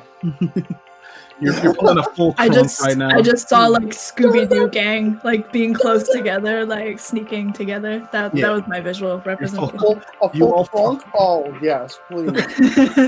Somebody goes by, you're just like full crunk, full Scooby-Doo crunk in it. Love it. Love the visual. You get to the other end of the town. At the other end of the town, you see a large gate, like the first, like the other end. You see that it is currently open, and in front of it, you see you see a wagon with a couple sacks on it, being carried by 2 cows, and you see a guy in a black robe there, and he stands there. He's just like, he goes. You see him mumbling to himself as you approach silently. He's like holding the reins of this cart. Can I make perception and see if I hear what he's saying? Sure. Anyone can if you wish. I was like, that's not bad, and realized I have disadvantage. That would be 13. Nat 20. Hey. Bosco, what'd you get? Plus your roll. Did you roll? 16. Matari, Bosco, you sort of hear this, but Matari, you definitely hear this. You hear the guy, he's just like sitting there. You see he's got a really like sad face on. He goes, I couldn't go to the wedding because I had to watch the card for the thing. He's mumbling to himself. He's like, I wanted to see the true love. I like true love, but I got to stay here and watch the offering card because we got some new people who are going to take the offering to Dragon. He goes, stupid boss making me not go to the wedding. He knows I love weddings. He did this on purpose. He's like super sad. Yeah, you hear that. He's just like very upset and sad, and it's just like, guys, we should put on our robes. But this guy really wants to go to the wedding, so I think we can get the cart from him. I have an idea. Bosco, can you give me that sleeping powder that you know? Matari hands him the sleeping powder that she took from Bosco. Oh yeah, because he beat himself. All right, so I pull up my flask. Yes. And I drizzle some powder around the mouthpiece of the flask. And I just like slowly, I kind of drunkenly walk up to him. Yeah. And I'm like, hey!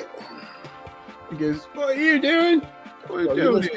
You're missing a banging wedding, my guy. You see, as you say that, he kind of shrinks down a bit. He goes, is it fun? Are you having fun? Oh, we're having fun, but I see you here working, doing your thing. We all got bills. I understand. I understand. But here, take some of this, make you feel better. He goes, what is it? It's punch from the wedding.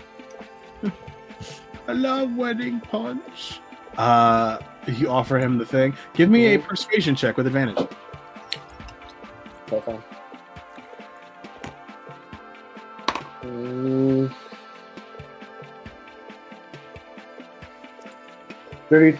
It's just a straight 20, not 20. Nat 20? Yeah. Perfect, because I also rolled the nat 20, so you needed a nat 20 to convince this guy. He's just like, yeah, I love wedding punch. And he takes the thing and he goes, give me a sec. He just takes a big swig and he's just like, you see he stares at you for a bit and he's just like, what? What's wrong? And he just collapses on the ground. Can I catch him? Can I run ahead with a dexterity? You just like full like you just like lay him on the ground. Just listen gentle, yeah. It's this rogue dude just unconscious on the ground now. Nice. Should we take the cart? Let's just leave him over here by this tree. He'll be safe. Yeah. We should. I walk over and I'm like, did we really need to knock him out? I mean, we could have just let him go to the party. And I'm just like very sad looking because I wanted this guy to go to the party and I feel so bad for him. And I'm just like, puppy dog face. Could be other weddings. There'll be other ways. If he lives to see them. So you place this very sad roadman to the side. You're standing there with these 2 cows attached to this cart and a bunch of like bags and stuff attached to it. As you get close, you get the smell of meat and salt, as well as these like you smell like salted meats emanating from this cart being pulled by these 2 cows. It smells Are you delicious. sure? Are they meated salts or salted meats? Salted meats. Okay. Would you like some meat with your salt? Maybe. Depends. Sounds like something in like an older woman would say to her husband. It's just like, would you like some Something meat you would with say your to me. salt? Oh, I'm sorry. you just raising beef jerky like salt bag. Yes. So you got this cart. What are you guys doing? Nira's just. I'm just gonna say. I think this is for the dragon. I think that he was taking this to the dragon. He said the cart was waiting for the dragon, people to take it to the dragon, meaning us. And I let them know that, because I didn't convey that before. Mm-hmm. Got it. All right. Well, then I guess we move on from here. You guys begin to move forward with this cart. The road winds around in the valley a bit, leading up to the base of the great mountain Thylos. Do we see any grass or anything on the way? You see you see grass in the distance, but just near you, you see a lot of scorched earth. Like it's a direct line from the base of this mountain to the town kind of deal. Like that whole major area has been burned over and over again. That's what you see with the broader look without looking deeply. You could say, you're like, oh, this is fucked. Matari reminds everyone that, guys, Clifton advised us, or was it Clifton or was it the barkeep? One of them advised us that we should feed the sleeping stuff to the cows. But maybe we should just pour it over the meat that's inside the cart? I feel like that's... Give me a history check.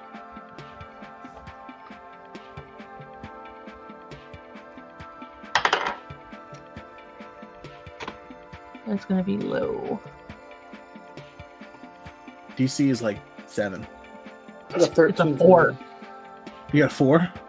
Yeah, I got 4. Felix, you remember that Quincy said that they were going to put the sleeping draft in the food, and that the stuff you have is extra. Extra seasoning. A little extra. We had a little extra. Thought it might be used to. Especially if you're Bosco and you want to just take a nap. You with that history check, you get the vibe that this stuff is probably already doused in this stuff, like just fully like covered in it. So one would be wise not to go eating the salted meats, Bosco. You walk for about 20 minutes or so before you find yourself at the base of a great craggy stone mountain. Everything around the entrance that you get to is just burnt a cinder. You see strewn about are burnt to cinder corpses, and like you see along the walls of this mountain in the entrance of the cave, are you aware of the shadows that are created from like a nuclear blast? Like you see that, like just people who are burnt asunder against walls, and that's all that's left is that marking of like you see the shape of knights, the shape of like people in armor, and stuff like that, just like just up against the walls. You feel an increase of temperature as you get towards this opening. Not extreme, but dramatic enough to be like something is vastly different here than everywhere else. You reach the entrance with this cart. You see that the entrance that is just wide enough to occupy a couple of people and this cart across. What do you do? I'm gonna... Damn, that's hard. I think I'm gonna cast Bark Skin on myself. You cast Bark Skin, which ups your DC to 16 minimum. Yeah.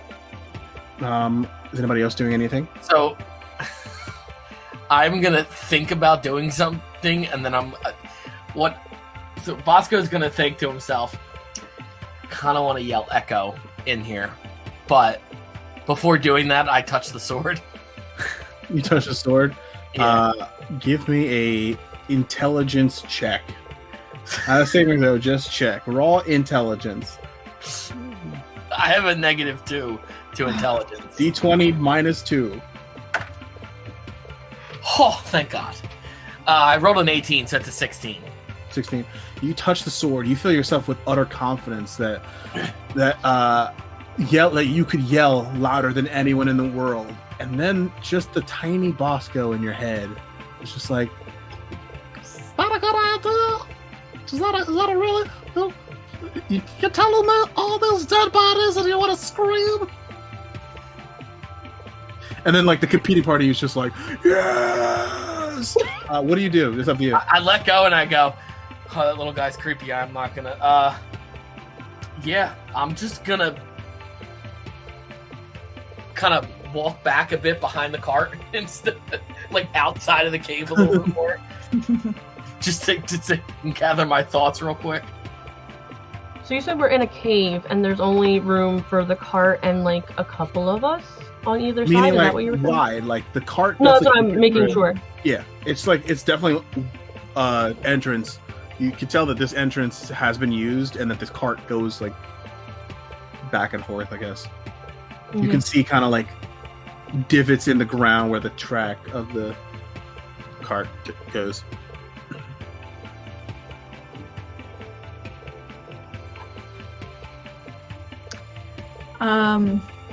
I think I'm gonna also cast my cantrip Dancing Lights. Mm-hmm. Like in front of us so we could see, and then I'm gonna start making my way. You can't drop that and not have I it. know. You all again head into the cave. Yeah. I'm actually, so as I see Nira like doing some stuff, I'm just gonna kind of walk over and be like, I believe in you. And I'm going to cast heroism on her. Heroism. Alright, sick. This is, what is that, 5 temp HP? No, it's my spellcasting modifier, so it is just 3 temp HP. The spell hangs on until you lose that 3 temp HP, and every round you gain 3. So yeah, your temp HP every round goes back to 3. Oh, is that what it is? It goes back to 3? Yes, because you can't stack the temp HP. You could just, so if you lose the temp HP, the next round you just come back to having 3 more. Right. Cool. If I go under 3, At least that's the way I understand the spell to be. If there's Got it. I'm incorrect, yell at me in the chat, but you got to follow in order to yell at me in the chat. Or donate to Extra Life. I'm trying to raise money. It's above me right there. Matari is going to cast Bless on my companions. Cast and bless all of you. That's a D4. Mm-hmm. I can only do it to 3 people, so I'm doing it to everyone else. Yeah. All right. Felix, are you doing anything before you enter this thing, or are you just like rocking and rolling? All right. You were muted, but I understood what you said. Does can bless stack? Bless can not stack to my. No, I don't know. I don't think so. Want to do a Google search? No. Okay. Just I was like, I have bless also. I was like, will this? Because I was debating on that, and I was like, wait, no. Card just did it. I often find myself asking questions about like. Also, Bless's concentration, is it? Mm-hmm. Yeah. You already doing a concentration spell, Bosco. That's true. Yeah. Her concentration. Yes. So you all start making your way into this cave. Making your way. As you walk in, you feel the heat rise about 2 or 3 degrees as you make your way into this cavern. The walls exude a heat, like a stone left out in the sun all day. You make your way inside, further and further into the cave. As you walk for about 5 or so minutes, in the distance you begin hearing a loud rumbling sound, as if something large is shifting within the rock of the mountain. Soon, as you continue forward, you hear a booming voice down the corridor. Hiccups, please. No, stop. Come up to you, and you begin to hear.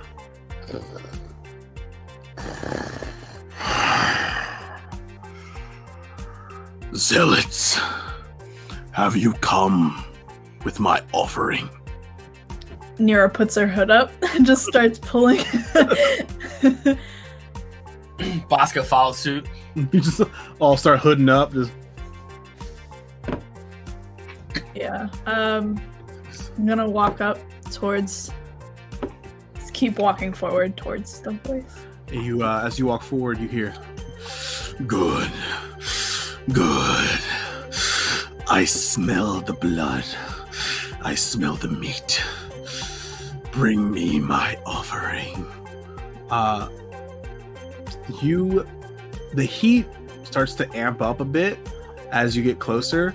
But you notice that you don't particularly, as warmer as it's getting, you don't particularly feel like stuffy in your robes or anything.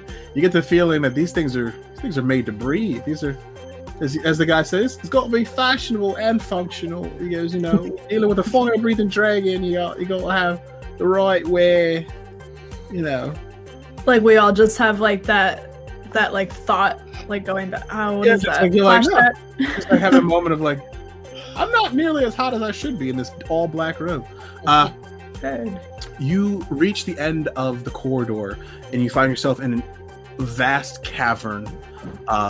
Inside the cavern, you see sprawled everywhere are just suits of armor, swords, shields, bows, daggers, hammers, glaives, knives, like just an absolute horde of armor and weaponry. And amongst the rubble of this horde of what seems to be the trophies left from the various people who have been slain at the hands of what you see now perched atop a large rock, a massive dragon, vested 10 carts wide, 8 carts long, razor sharp teeth. You see this massive brown brick colored dragon sees you all enter into the chamber with your cart, with your 2 cows, moseys up, and he goes, yes, my offering. And you just see he clatters against the steel and iron as he makes his way over to you. Gets closer and closer. His long neck protruding, and you get closer, he goes, "You are new. I have never smelt you before.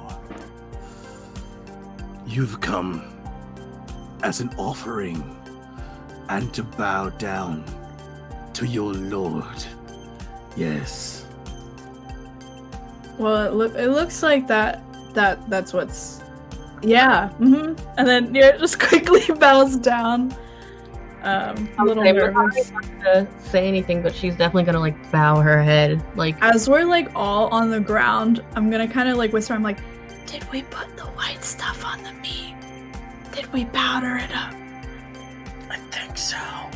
Okay. it's already on there. You see the dragon like. You see a giant claw swipes by this cart, and where there once was a cat, one of the cows pulling it, just disappears. As he turns, his giant wing flapping around in the distance, and he comes back. You just see like the legs of a cow sticking out of his maw, and he's just like blood drips from the side. He goes, "Yes, I always like the fresh meat first."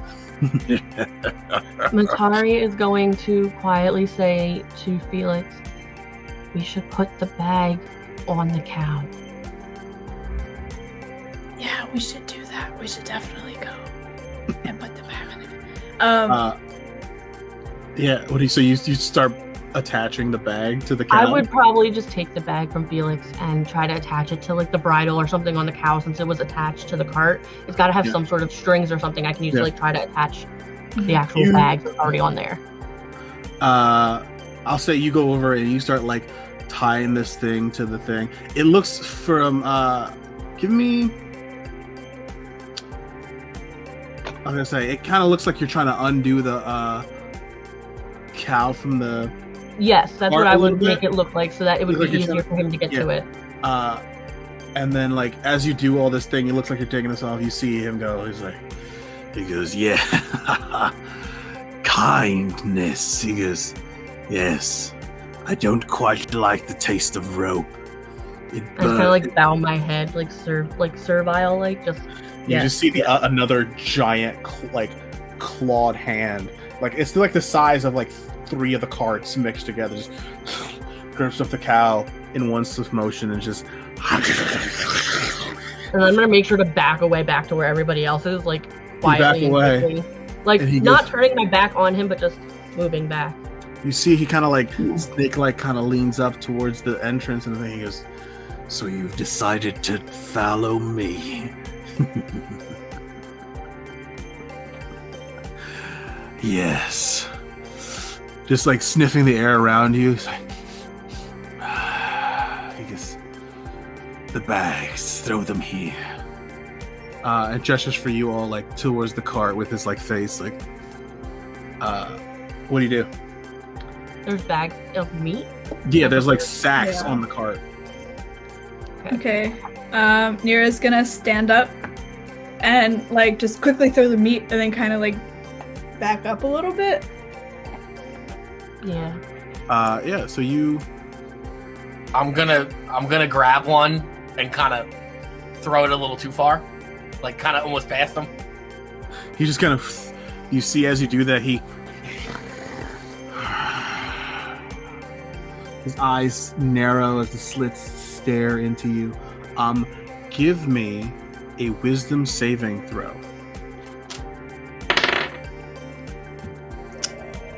What is up with my dice, man? I didn't get a Bosco, one. just Bosco. Okay, good. You didn't want that roll anyway. That is a 13. A 13. Does Bosco, I'm trying to remember, does Bosco have any immunities to fear whatsoever? No. So with a 13, you are filled with an existential fear of this creature. You know for a fact that running away is a bad idea, and you know for a fact that standing here is a bad idea, and that there's really nothing you can do but just like moving forward is bad, moving back is bad. You're just like, can I like grab, like touch the sword in just a moment of just like sheer, just like I need a hit kind of fear sort of deal? who knew that I would create a junkie for courage? You touch the sword. Give me a wisdom saving throw. Another one. 7. 7. Give me, wisdom saving throw. You touch the sword, and you are immediately overcome with the desire to wield the sword against this dragon. You see a sword that makes you addicted to its effects. Yeah. You see, he turns. Only Bosco. Yeah. He turns around, kind of his tail getting ever so close to you to whip you as it goes by, and starts like grabbing these like sacks and kind of just like gobbling them down whole. And he looks at you and he's just like, scared. You should be. Looking at you intently. I gotta roll some dice really quickly. Oh no. To see what happens next. Never a good thing. Never a good thing. In this case, it's good for you guys, but who knows? Fingers crossed. Good thing I'm not rolling. I'll just say that. I'm rolling a shit ton of dice. How many dice? So I will let you know this. The sleep spell. Give me 1 second. If it will load, please load. Thank you. The sleep spell is this is a draft specially made utilizing the same materials used in the sleep spell. Does a certain amount of dice rolls, and you put to sleep that amount of HP. The draft you guys are using utilizes a concentrated amount of that over several doses. This is an extremely high dose of the sleeping draft you are using. Right. You see he has that devilish smiling.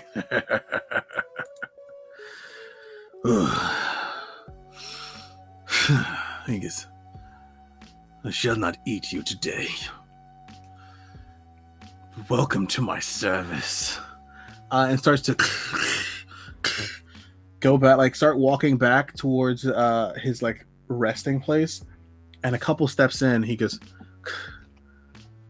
and then you just see this dragon collapses, and you hear,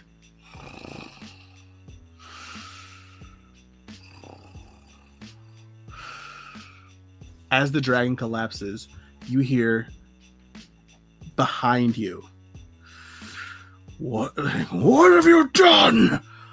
You turn to see the black-robed man with the dragon mask just like standing there. He goes, what have you done? He goes, get them! You turn, you see like 10 of these zealot dudes standing there. And this leader standing there. He's just like, what have you done to our master? Get them! We gave him the food you gave us. And I need all of you to roll initiative. Damn it. Well, that wasn't bad. Dirty 20. I need some paper. We're doing combat. This is a combat, and I need some good paper. Where the hell? I rolled an 8. All right, hold on. Don't tell me yet.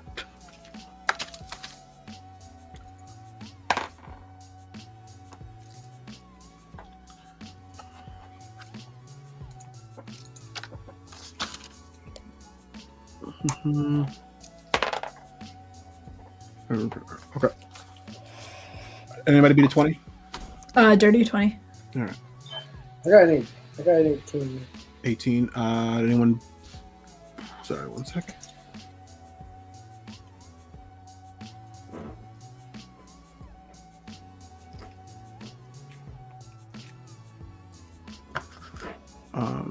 Wait a second. Between a 15 and a 20, you said 18. 19. 19.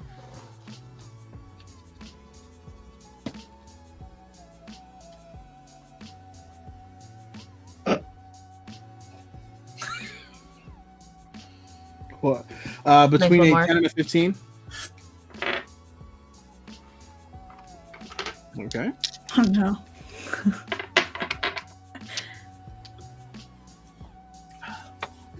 Between a 5 and a 10.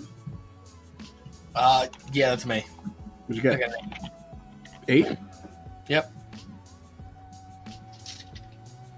Okay.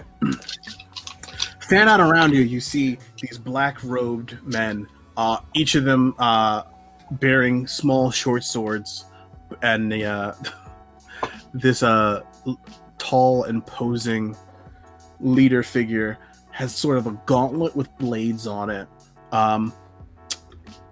They surround you and begin charging. First to act is Nira on a 20.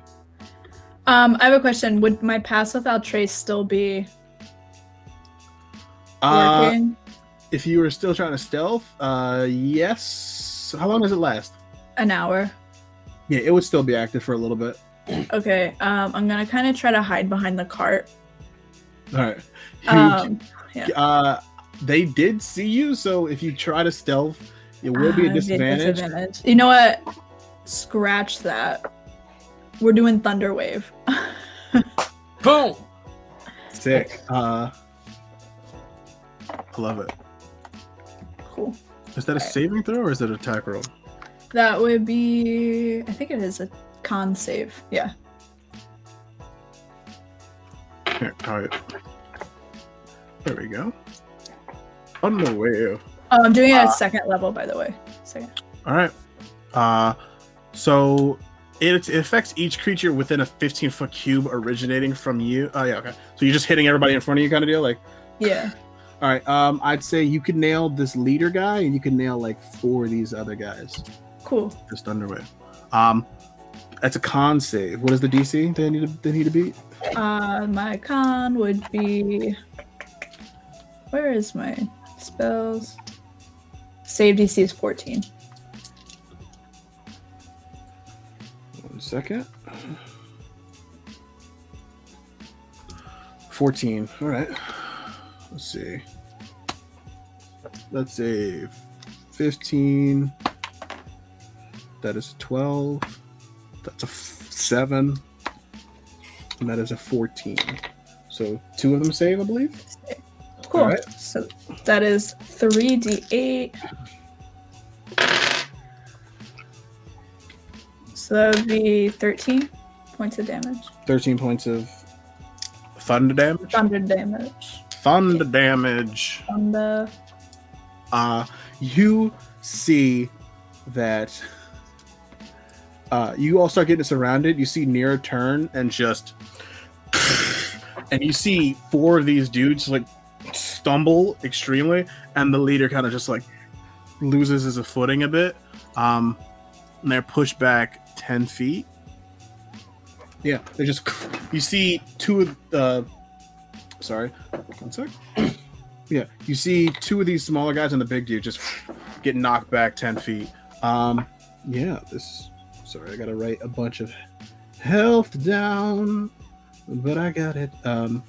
Yeah, 2 of these dudes look rocked, and the other 2 look all right. Cool. And the big dude looks a little hurt. He looks pretty hurt. Math. Next up, are you doing anything else before I jump ahead? I don't think. Nah, not this time. No. Okay. Next up is Matari. I have a question because I always forget Yes. this. If I wanted to do 2 spells in one turn, what would I need to do? So, in order to do 2 spells, one of the spells has to be a bonus action, Okay. and the other one. So, sorry, you can only do a leveled spell and a cantrip in one turn if one of them is a bonus action. That's how it works. I apologize. Okay. So a leveled spell and a cantrip as long as one of them is a bonus action? Mm-hmm. Okay. That's what I was double checking because I thought it was something like that. Let's look over. There's just Pikachu's in the chat from from our very own Bosco Bristlebark. Well, Thunderwave. Pikachu. Yes. Pikachu. You're not wrong. True. You're not wrong, and I can't fault you for it. You can try. All right. I want to be famous. I'm not modded on here. Or else I would take care of it. All right. So I'm gonna drop concentration on Bless to cast Spiritual Weapon, which is a bonus action. Spiritual weapon, bonus action, got it. And then I'm going to do Word of Radiance, which is a cantrip. Okay. Spiritual weapon, I believe when you summon it, it allows you to use it that turn. Give me 1 second, I was double checking that. When you cast a spell, you can make a melee spell attack against a creature within 5 feet of the weapon. Sure. What does your spiritual weapon look like? I kind of want it to be a hammer. I don't know why. Mm-hmm. Hammer sounds good, like a giant, like not necessarily like a war hammer, but pretty close. It's Ramona Flowers' hammer from Scott Pilgrim. Yes. Oh, yeah. Yes, that's exactly it. Make your. Who are you attacking? So it says that I can do it in somewhere within 60 feet of me, and the person it's hitting has to be within 5 feet. So I guess probably I would go for the main guy, the guy with the dragon mask. Okay. Give me an attack roll. All right, so For that's your where spiritual I'm a little hammer. confused.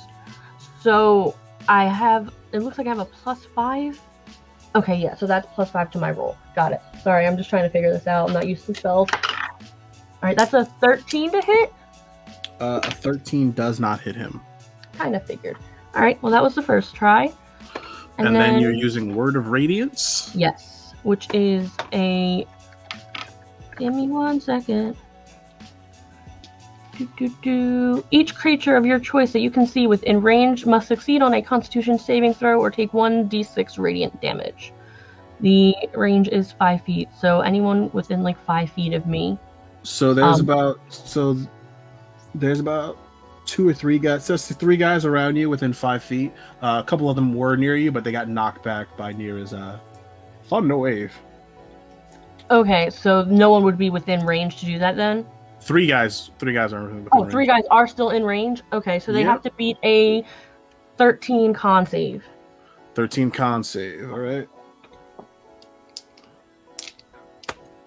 That's a natural 1. That is a 13 on the die.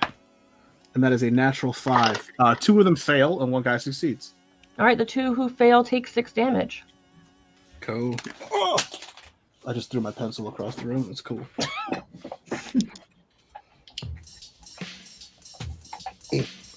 Alright. And the guy who passed takes nothing, yes? That's what it seems like, based on the wording. It just says if they fail, they take 1d6, so I think so. You create this magic hammer to swing at the big guy. It just misses, and at the same time you put your hands up and just brilliant light shines, and just these guys are like, oh, they get kind of topsy-turvy. I would imagine that I'm trying to do the 2 at the same time because I have the Warcaster feat, so I can have something in my hand as I'm casting. So I probably try to hit him, and that's why I miss. Because I'm like trying to hit the other guys at the same time. Next, are you moving or are you staying still? I guess I would move like a little bit closer to them to be a little bit closer to range. All right, if they're like 5 feet away. You kind of close in so that you're within the range of like these 3 guys if you want to get into a scrap. Next up is Felix. Alright, I'm gonna look at Bosco. Mm-hmm. I'm gonna turn him invisible using invisibility. And I'm gonna say, run and kill that freaking dragon, dude. Sounds good. That was good. I was like, where'd he go? And I was like, invisibility. That was very good. It was very That's a thumbs That's up gonna from be me. him. Buddy. Yes. Do you do anything else, Felix? I'm going to do Bardic Inspiration for my two friends. You can only do it to one person. Yeah. Alright, well, it seems like Mira's gonna need it first. So, Mira, you're gonna get Bardic Inspiration, which is 1d8. I gotta think of this, and then I'm gonna sing you. I feel like Fortunate Son is a good one right now. I think these are like war pigs. You can choose.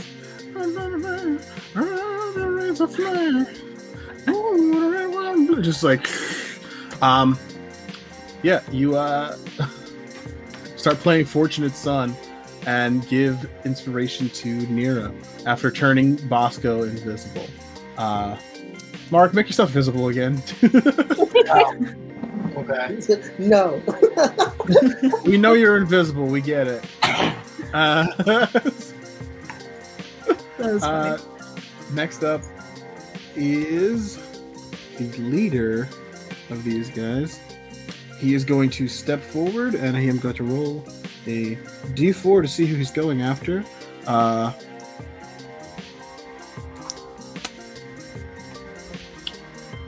He's going after Nira. He's going to swing his claw things at her.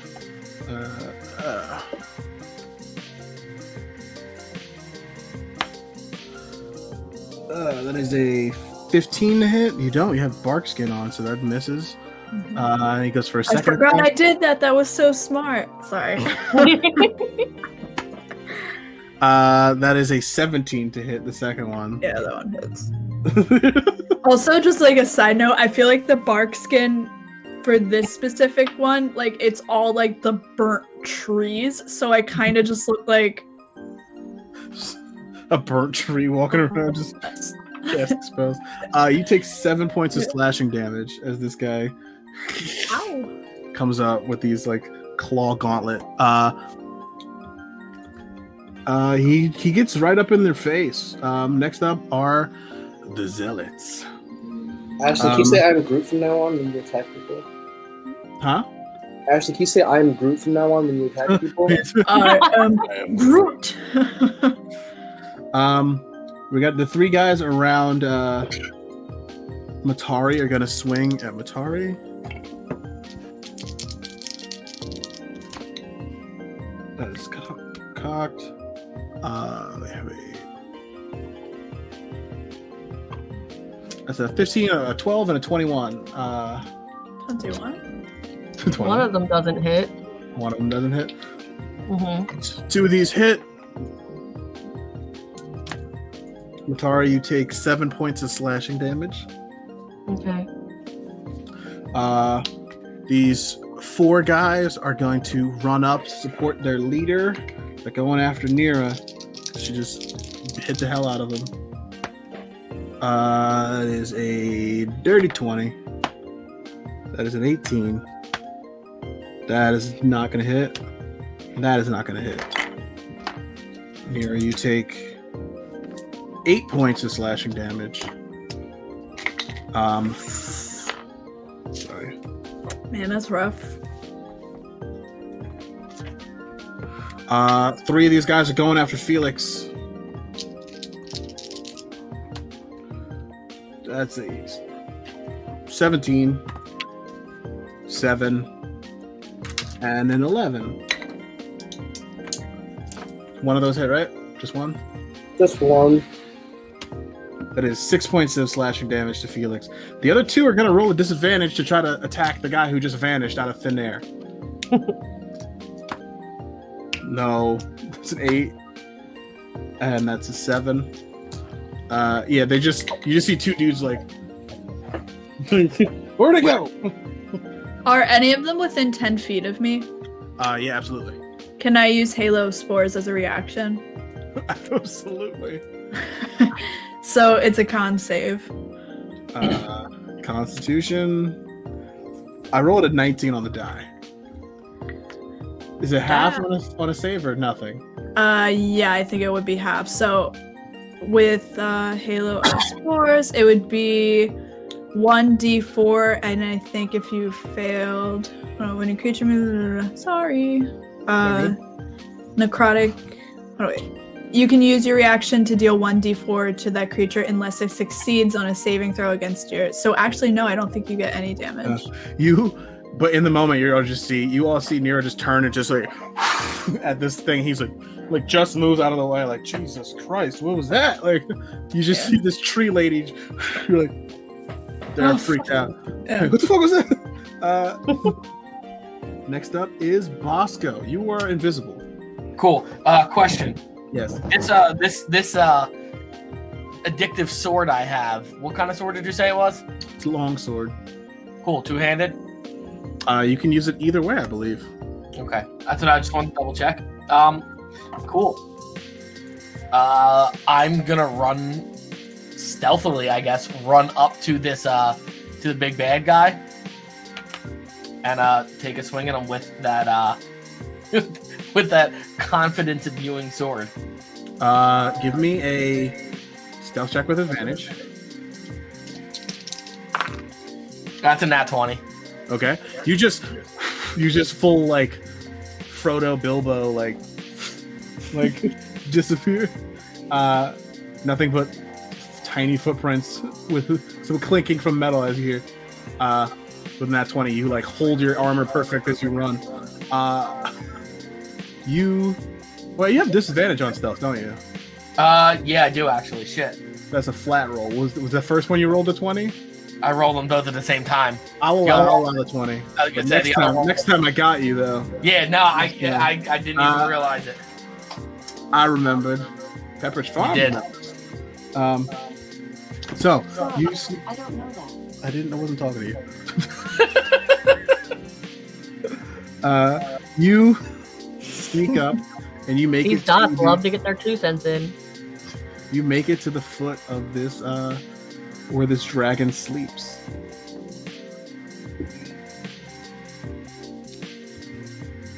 Get some light on here because my room is extremely dark. Wait a minute.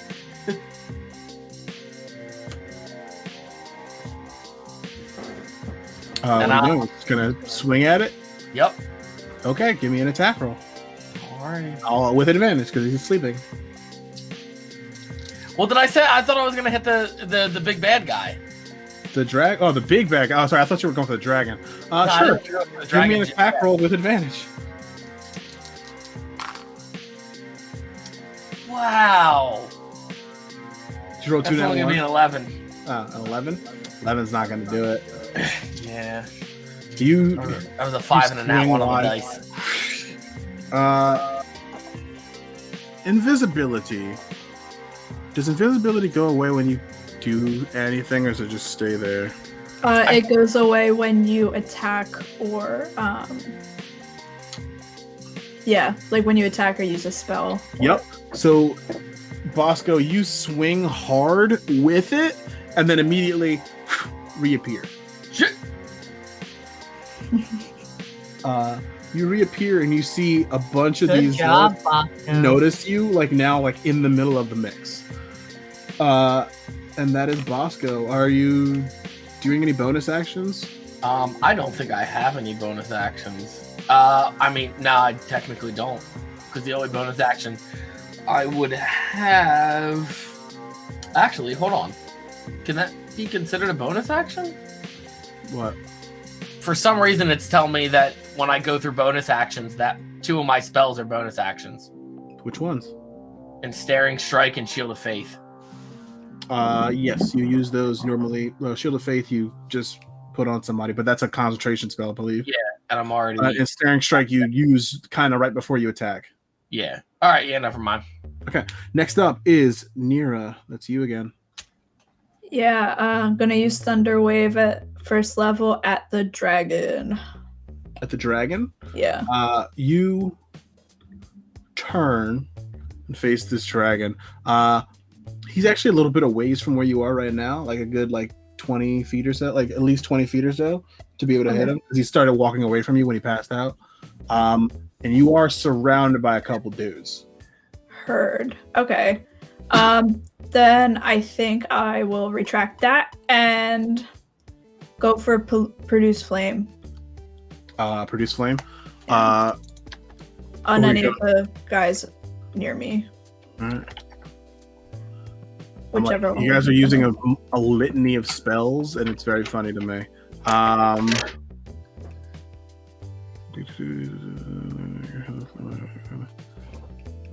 Oh yeah. Give me an attack roll. Okay. So that would be a 17. Are you trying to hit the big guy or the smaller dudes? The big guy. That hits the big guy. Cool. Cool. Now I roll for damage.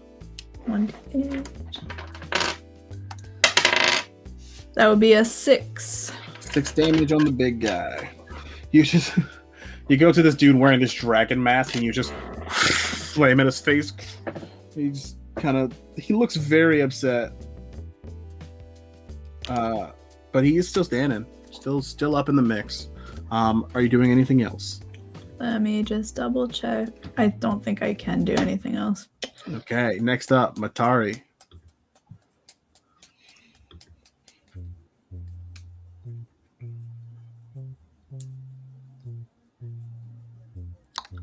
I think you're muted. You're muted.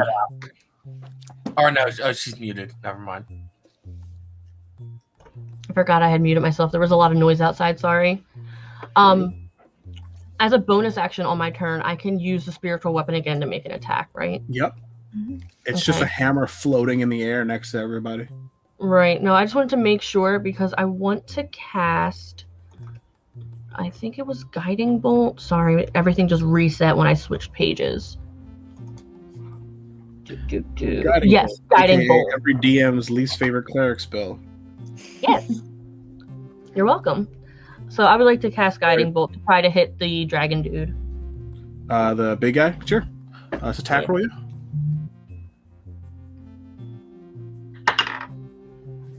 16? 16 just hits. Yes. Alright. And this is... When a hit target takes 46 radiant damage. So it says 46 radiant damage on the thing, but where it has like the actual attack on my D&D Beyond, it says 5d6. And there's a little star next to it. I don't know what that means. So should I do 46 or 5d6? You're doing a first level, Second level. second level, what is this? Is that what it is then? What's the Spell. word? That's what it is. It's because it's a second level, so it's another d6 because it's a second level. Yeah. Yep. Roll a bunch of dice. Yep. Priest got to grab a bunch of dice. Hey, 1, 2, 3, 4. I need more dice. I have so many dice. Alright, 6, 10, 14, 17. 17 damage. Jesus Lord. Mathematics, everybody. And that gives me advantage on my next roll against him, too. Jesus. Well, anyone's next roll, but I'm going to use my spiritual weapon to hit him, too, so. Damn, what the heck? Clerics. They're Yay! broken. They're broken. Grave domain clerics especially. I love them. They're broken. Oh. So I rolled with advantage, and I got a nat 20. Oh, a. Hold on, I don't have my other camera set up, so I stay automatic money and then multiply and call that mathematics. I don't have my other camera set up. It's like a whole thing if I want to switch it. Hold on, gotta do it. You should be able to just click it right in the settings because I keep changing. I can, but like it's a whole. Hold on. I have this set up just so I can.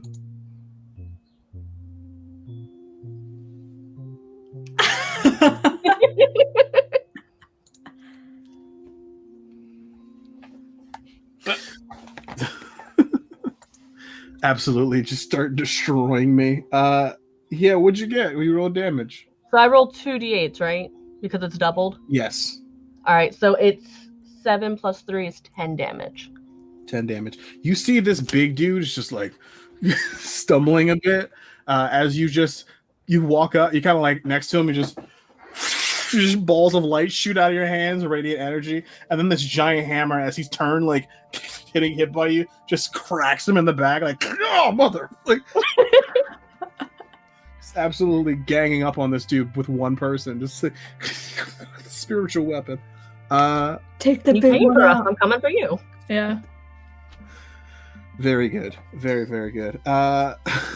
Do you do anything else? No, I'm gonna stay there because that was my bonus action and my action. So, and there's people right next to me, right? I can't move away Yes. without taking an opportunity to attack. Correct. Then I'm Next up is Felix. Okay, so I'm thinking, how many people are? So where am I in this cave? And I'm trying to.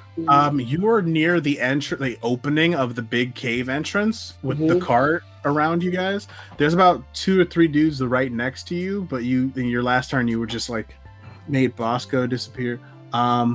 Yeah, so you're not surrounded, but you're definitely next to some dudes. I'm gonna use Thunder Wave. And then Everybody, thunder wave! Everybody, Hey. you all have it. Everybody's gonna thunder wave on one round. people getting the clap out here. Yeah, what can I say?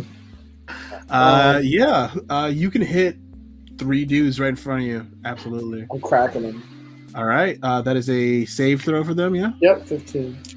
15. They have a +1. They all failed. Roll damage. Yeah, Every single one of them failed. No one got above an 8. Are you So for real? yes, You hate to see that. you hate to see it, but you love to see it. Love to see it.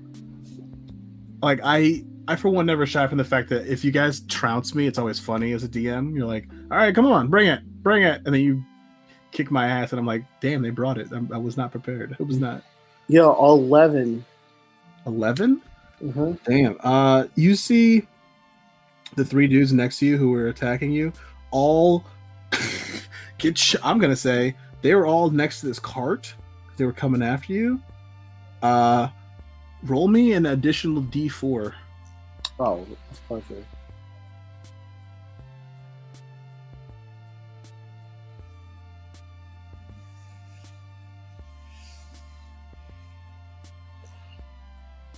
What'd you get?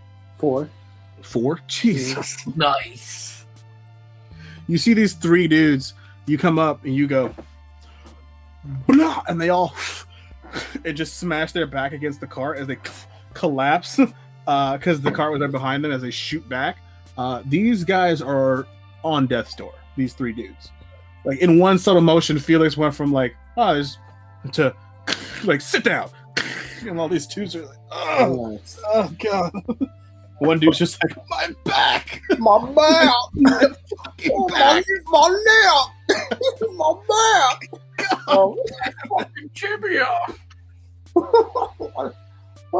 my lower lumbar. All right. So, while they're all crumpled and whatnot, I'm trying to think if I can physically position myself for success here. So, I will say they kind of are down, so you can move from where you are without opportunity attack if you wish. can I run behind them? The cart is behind them, Trying to jump on. so you can if you Ooh. want to run around the cart, you can run around the cart. Can I run around the cart and hide behind the cart? Yeah, sure. Give me a stealth roll or a hiding check. Yeah, stealth roll. Yeah. I'll give you a stealth roll. I'll give you a stealth roll. I'll give you. Okay. Let's see. It's 4.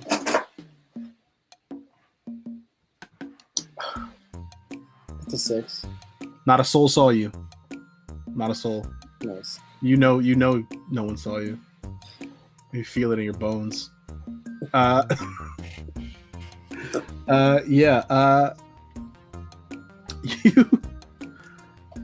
You fuck these 3 dudes up and then hide behind the cart. Oh, while I'm running behind them, can I sing Hide and Seek by Imogen Heap? Yes, you most certainly may. Is that just to do it, or are you doing like Bardic or something? Oh, I'm gonna go. I'm just to do it, but I'll roll a d20 just to know how I'm. Give me that performance check. Let's see. Gotta hear it. Oh, it's a 9. It's not a strong rendition at all. It's not a solid rendition, but you're like, it could be worse, you know. Then you hide. Like, yeah. You don't hide to hide from battle. You hide from the embarrassment of just that performance. Like, no one saw that one though. No one saw me say. Yeah, I botched the chorus. Next up is the leader. This dude is pretty rocked. He is going to take a disengage action and kind of like step back behind his dudes and have them like fill in front of him, because he's a little scary, a little messed up. Done jacked him up with his hammer and and light magic. How far is he moving? Just right behind the other people? Literally, he's like taking like 5-10 steps, but like 10 feet back, like, and they're kind of closing the gap. So he's behind them. So the closest, like, he's about 10 feet away from the closest, like the nearest one of you. Next up are the zealots. They're gonna start making some attack rolls. Let's see. These 3 dudes are down, so they got to get up and run up, and they're gonna have to run. If they want to get to Felix, they got to run all the way around the cart. Wait a sec. They do not have a lot of speed, these guys, surprisingly. 2, 3, 4. All right. 2 of them are attacking Matari. That is a 12 and a 6. 2 of them are attacking Bosco. That is a 13 and a dirty 20. The dirty 20 hits. They both miss me. 6 points of slashing damage. Yeah, I know. That's didn't even want to ask. Near 2 of them going after you. That's cocked. That is a 18 and a 21. Jesus Christ. Okay. That is 7 points of slashing damage. And one of them is going after Felix. Guy comes around the other side. That is a 17. That hit Felix? Fairly certain it does. Yeah, I think it does. That is 4 points of slashing damage to Felix. After they go, it is Bosco Bristlebark. All right, so there's a couple guys in front of me that are between me and the leader dude. Yes. He's kind of like walled himself behind them. It's like human shielded them. Like, yeah. All right, I'm gonna take a swing at one of those guys. Okay. And that is gonna be. That is a nat 20. You'll love to see it. Woo woo. Wielding this 2-handed, so that would be just double dice. Yep. So 2d10 plus. Is the +4 only once? Yes. And that is a 9 and an 8 plus 4, so that's 17 plus 4. That's what, 21? 21. You guys see Bosco fully decapitate one of these dudes. Like, this guy had no scratch on him. Bosco just comes up. He's holding the sword. He's just like, yeah, and just cuts this dude's head clean off. Nice. That is, I guess, unless you got a bonus action, that is your turn. No. You see some of these dudes are shaken by you decapitating one of their brethren. I stare at the leader and I just...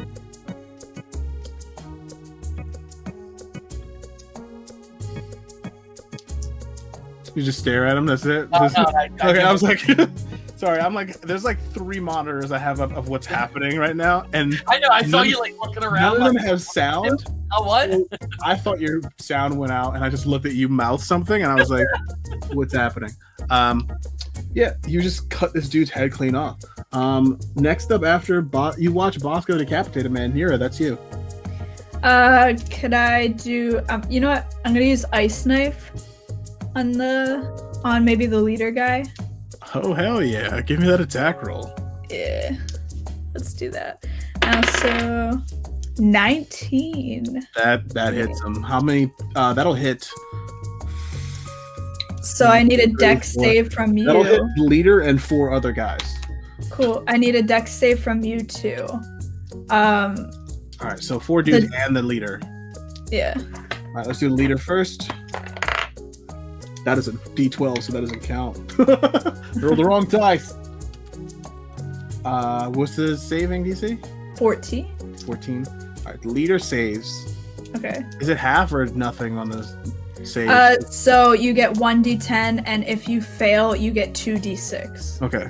So he passes, and then the 4 guys around him need to roll. Cool. That's a failure. That's a failure. That's a failure. Love it. That's a failure. They all failed. Lit. Okay. Yeah. Roll your D6s first for me, please. So on the d10, that was a 9. 9. Okay. Okay, and then on the d6, that is another 9. 5 Another and 9. Yeah. You see. You just fling this ice knife.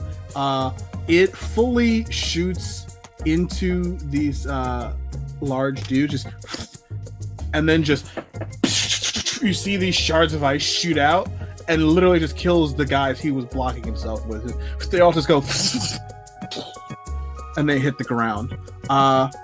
They hit the ground hard. They are dead. You've killed 4 people in 1 shot. Within seconds, you just see Bosco cut a dude's head off, and then the other guys that were near him just they go down dead. I look at Nira and I'm like, damn. Gotta love the ice knife. You see this big dude is very, very distraught. He is getting his ass kicked.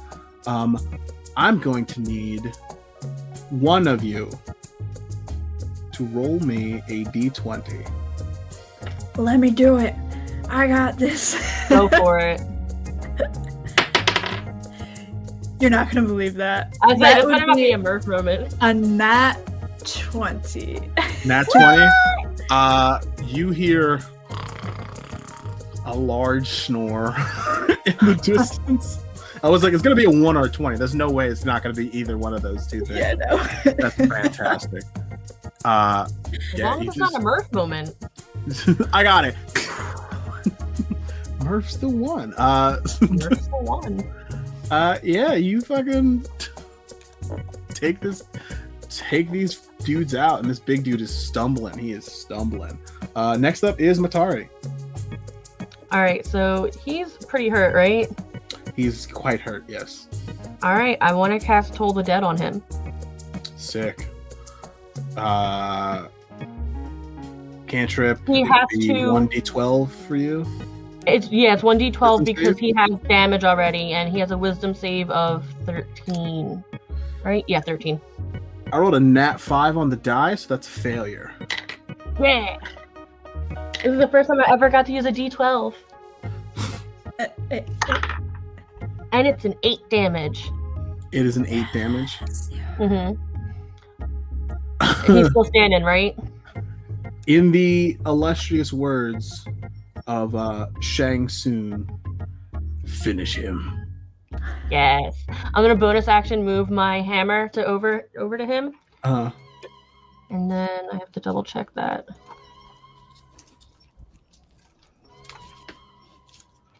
This dude. I'm saying you kill him with your with your Toll the Dead. Oh no, that's what I was asking, and then you said finish him, and I was like, wait, finish him. You've killed killing him. him, How do or? you kill him? You just hear, huh? Oh, okay. Well then, since I cast Toll the Dead, I'm probably just gonna like look at him, just point at him like you, and then you just hear him like start looking around, like like wondering where this noise is coming from as he hears boom, boom, boom, boom, boom, boom, and you just see he starts to shake, and he just collapses onto the ground. Sorry, that's what you get for being a zealot. He hits the deck. I'm going to roll some saving throws for all his homies. How many people are left? 5. 5. And how close are they? Quite close. 3 of them immediately start running away. Okay. Are any of them like so close that I couldn't get away without getting an opportunity attack? To get away? Yeah, rolling for morale, pretty much. You're out of attack range from these remaining 2 people. Cool. I'm gonna start walking towards the dragon then. Just calmly walk towards dragon. Yeah, like this is our goal, so this is what I'm doing. And I'm gonna also, since I have the bonus action still, I'm gonna move the weapon. I think I can move it 60 feet? No, I can move it up to 20 feet with my bonus action, so I'm gonna move it the full 20 feet to try to get it as close to the dragon as possible.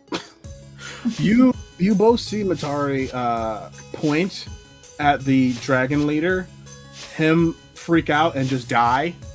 Like you don't hear the sound. You just see him go and then just die and then just casually start walking away with this floating hammer next to her.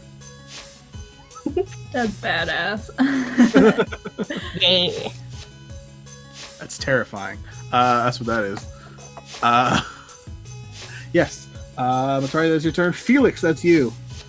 Felix, you're behind this cart. The 3 guys on the other side of the cart have started running away. Out of the cave. You're muted, sir. Rip. Alright. How many people are still left in front of me that to kill? Just around the cart, there are 2 guys standing there. Do they have full health? No. Okay. You guys have struck everyone that's been here or killed. Okay. Dang, I'm trying to think of what I want to do here.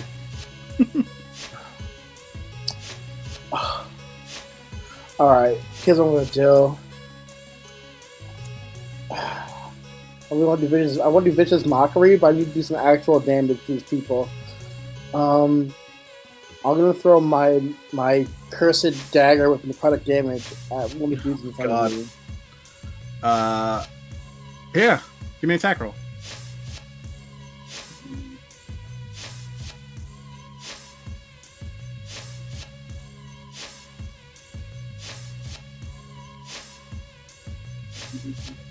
The suspense. No, it's a 4 On the die? on the die. Yeah, that's not gonna do it. You just it just threads the needle between the 2, kind of goes a bit down the corridor. Okay, well, when I throw it, alright, after I throw it, I am going to look at them and be like, it wasn't me. They clearly see you throw a knife, and then you're just like, Wasn't me. you just point at the one guy who you almost hit. It was him. He threw it. Him. Exactly. Yeah. Is that you? And your turn? I'm going to. Yeah, I think that's gonna be it. Yeah. The leader is dead. Full dead. What are these guys gonna do? It's the zealots. One is going to go after Nira, and the other is going to go after Bosco. Nira, that's an 18 to hit you. Bosco, that is a 7 to hit you. Oof. What's the damage? 3. That's not bad. It's not terrible. It's not great. It's not terrible. I'm I'll be right back. not rolling heat right now.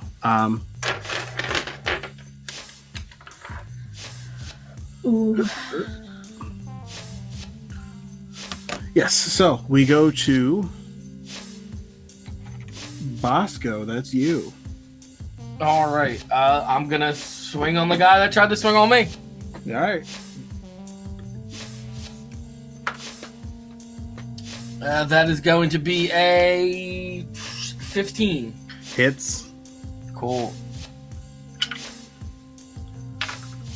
And that is 8 points of damage. 8. This guy's really messed up, but he is still standing. Very messed up. Movement or anything.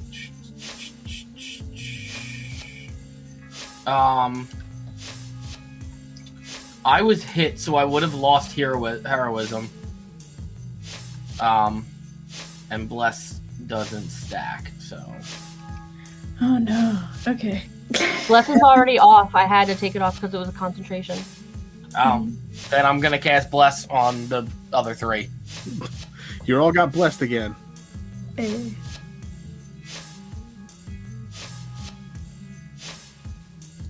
Cool. Anything else? No, that's all. All right. Next up is Nira. Nira, roll me. Somebody else other than Nira, roll me a nat 20 or d20. I got roll me you. a nat 20. Do it right now. Right now? Right now. That's half there. It's an 11. It's an 11. Uh-oh. You all hear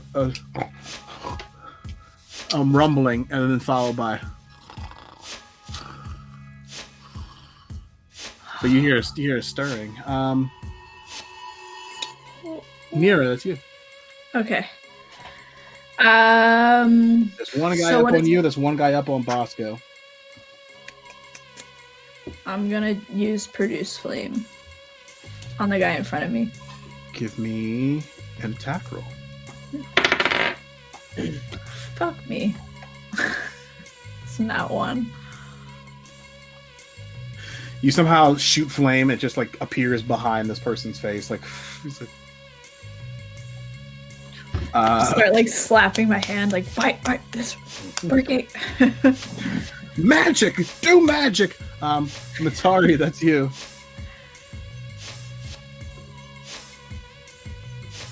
How far away am I from the dragon? About 10 feet. About 10 feet. Alright. So, and how far away is my hammer? About 5 feet from you. So the hammer's 5 feet from me. Alright, so I'm gonna use my bonus action to move the hammer so that it's within 5 feet of the dragon, and I'm gonna hit the dragon. Okay, give me an attack roll. Alright. Come on, let me see it. Alright, it's a +5.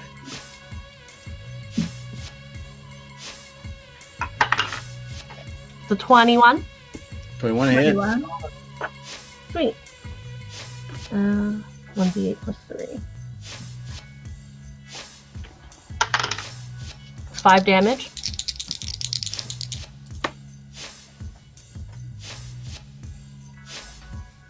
Okay. Your hammer hits into the side of this dragon. He still remains unconscious. Cool. I'm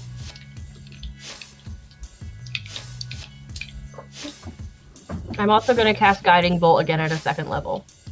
Okay, give me an attack roll. With advantage. With advantage. Yes. Did I have used advantage last time too? Yes, I apologize. If you want to Sorry. roll and see if you want to roll another die, see if you hit a nat 20. I will, but before that, this one is a 19 to hit. 19 hits. Okay, and Roll then another d20 to see if you get I it. did not get a nat 20. Okay, then it doesn't matter. Alright. Guiding Bolt, so that's 5d6 again. Coming out here rolling bones from the get-go. Guiding bolt. Okay. It's the worst spell. Alright. This cleric can get it at level 1. 9, 10, 16 damage. Jesus Lord. Damn.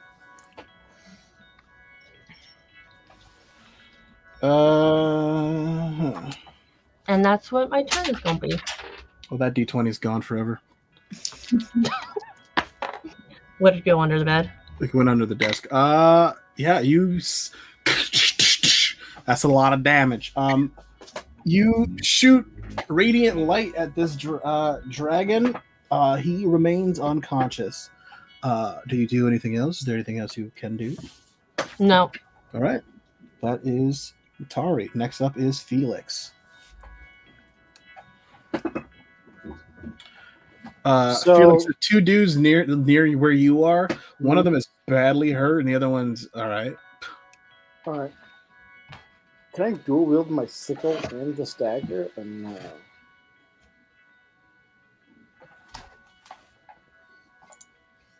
Well, you threw the dagger. Does it automatically come back to you? Oh no, I have a plan. I'm gonna try to do some nut shit.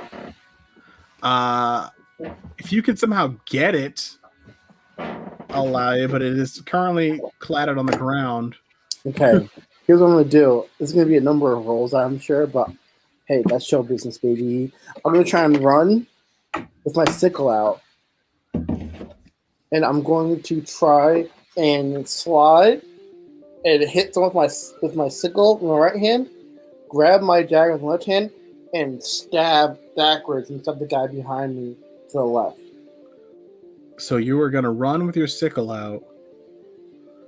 Overhand right. Uh-huh. Pick up the knife, stab backwards, trying to hit someone. Okay. We're gonna break this down. We're gonna break it down. You're gonna run. Give me an attack roll for the right hand sickle move. Here we go, baby. I'm gonna attack. My attacks are going. Here we go. Okay, so it's gonna be a. Ah! It's gonna be a 2 to hit. Okay. Hold on 1 second. Some visual smearing here. There we go. You rock up, you come down, whiff incredibly. Give me a dexterity saving throw.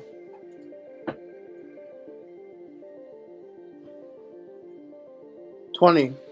20. Okay, give me an acrobatics check. I'm letting some shenanigans happen. I want to see if you can do this. It's me a 10. 10. I'm going to say with a 10, 10's not going to cut it. You follow through so you don't stumble or fall or anything, and you go to scoop up the dagger, and you just miss. Like, it touches your fingertips, and you just miss. You are now standing just next to this dude. Like, after having done some really weird, like, flailing at him, like, you're just... Can I flash him a pleasant smile to see if it lightens the mood? Sure. Give me a persuasion check. Roll 3 dice and take the lowest one. Oh, wow. Okay. The fabled double disadvantage. Okay. You just tried to kill this man. All right, here we go.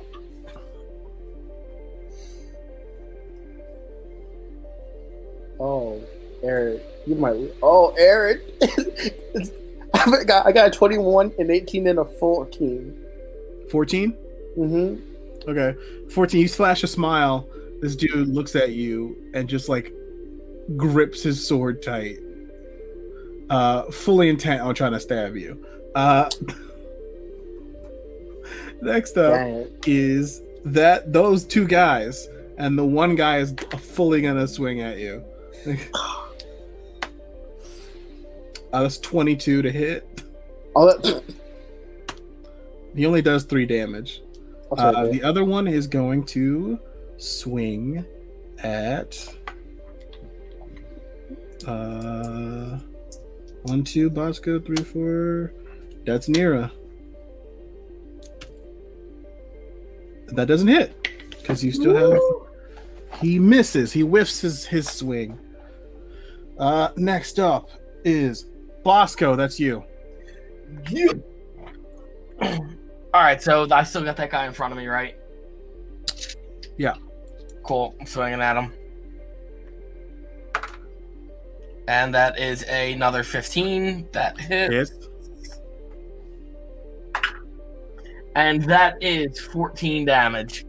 How do you kill this guy? Just So I have the confidence sword. yes. Sword of confidence. You're confident as hell. And I just straight up through the neck out the top of the head.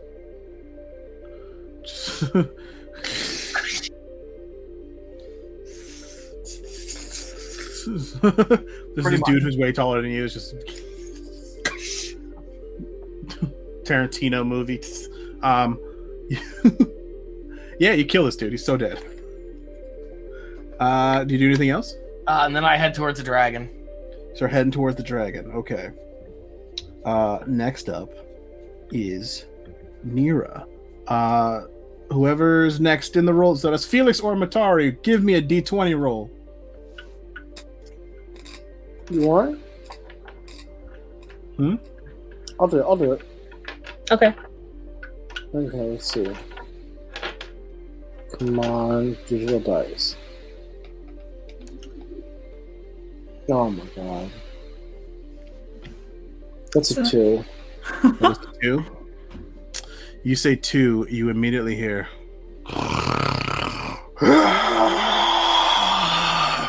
As you turn to see Griffhook the dragon roars into the thing and begins to slowly shift and turn. It's fine. He rolled ass on initiative. He turns and he sees all of you. He sees the bodies of his disciples around and you all standing above them. And he goes...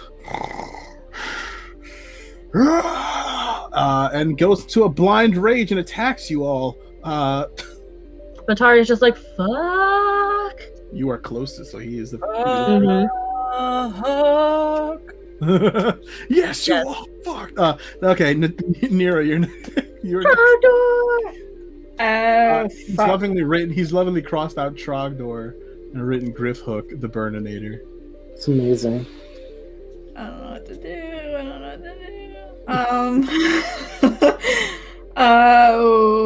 If I use Thunder Wave, I would get people, right? I would hit people. There's one dude left. No, there's 2. Nope, there's one guy left. Okay. Okay. He looks guess- he looks very badly hurt. And there's Like- now a dragon. Okay, so I'm kind of like looking back and forth between both of them, and I'm gonna use Ice Knife on the dragon. Yeah, I'm gonna say you aim kind of away from where Matari is. Give me an attack roll. Alright, so that would be a 16, but do I still have the 1d8 from the You are also blessed. bless? Okay, what is bless? Is that a d4? D4. I got a 4. That hits. Nice, cool. All right, so then that would be 1d10. Oh, can you make a con save? Yes. Is it a con save for the ice knife? Dex save. Sorry, my bad. Doesn't matter. I rolled a natural 4. Hey, okay. Yo, that's a 10. Okay, and then 6, 7, 8, 9. That would be a 10 and a 9, so 19. 19. You I'd love to see it. do we love to see it? My plans. I don't really want to do the math anymore. We're not here for your plans. We're here for our plans. Can I aim it into the mouth? Sure, you just at this thing's face catches one like half of his mouth. You just see ice show up and like he crunches down on it, but like staggers a bit. I'm not gonna lie, you just did a shit ton of damage to this damn dragon. Yeah. Yeah. Nira, that is your turn, unless you're doing anything else.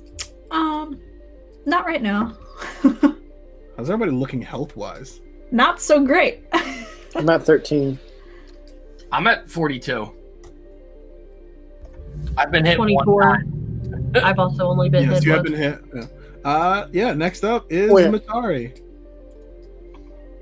All right, give me a second. I was looking through my list again, and D&D Beyond is being strange.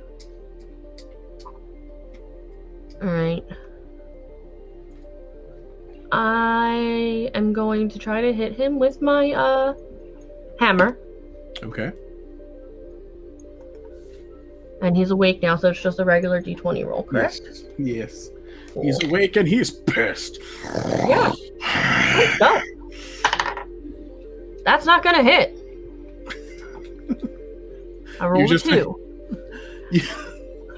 You see this hammer that like broke the back of the big dude and like came up before. It's just like like squeaky, squeaky as it smacks to this dragon. As my action, I'm gonna cast Guiding Bolt at first level. Goddamn guiding bolt. Also not gonna hit. It's a 12. Nope.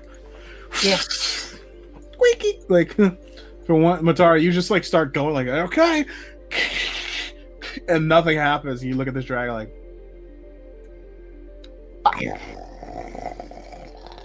How close am I to him? I'm like right next to him, right? You were within like 10 feet, so How can I move away without taking a opportunity attack or no?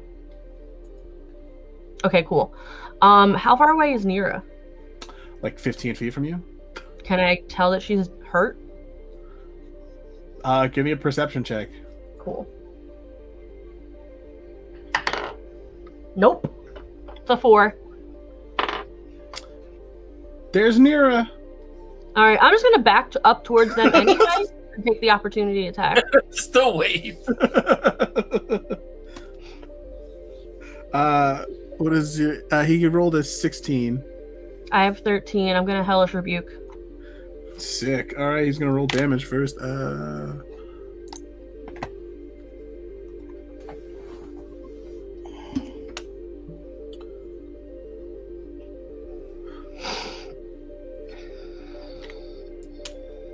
That is 9 slashing damage.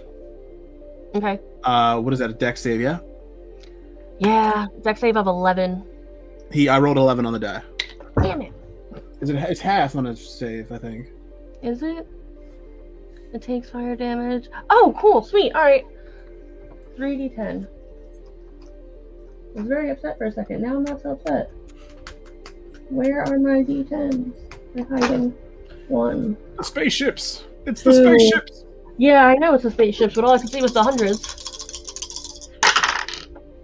All right, so it's half of 7. Or no, sorry, I can math. It's just 3d10, right? This is very low. Yeah. So no, it's half of 5. Half of 5. Yep. Okay. That sucks. Which is a 2. Which Mhm. okay. And you said he did 9 damage to me, right? Yes. You as he slashes you, you like hellish rebuke him, and it's just you just see he just begins to bare his teeth. Next up is Felix. Felix, you are standing next to a dude, the last guy there. Okay.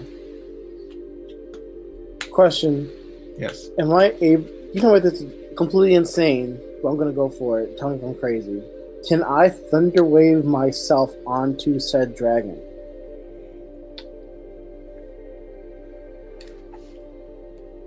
Now, this dragon is not close to you, Yes. so you would need to run.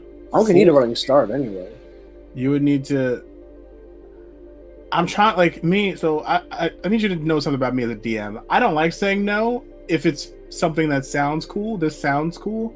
So, what is your walking speed I don't know, 60 feet. with a dash? With a dash?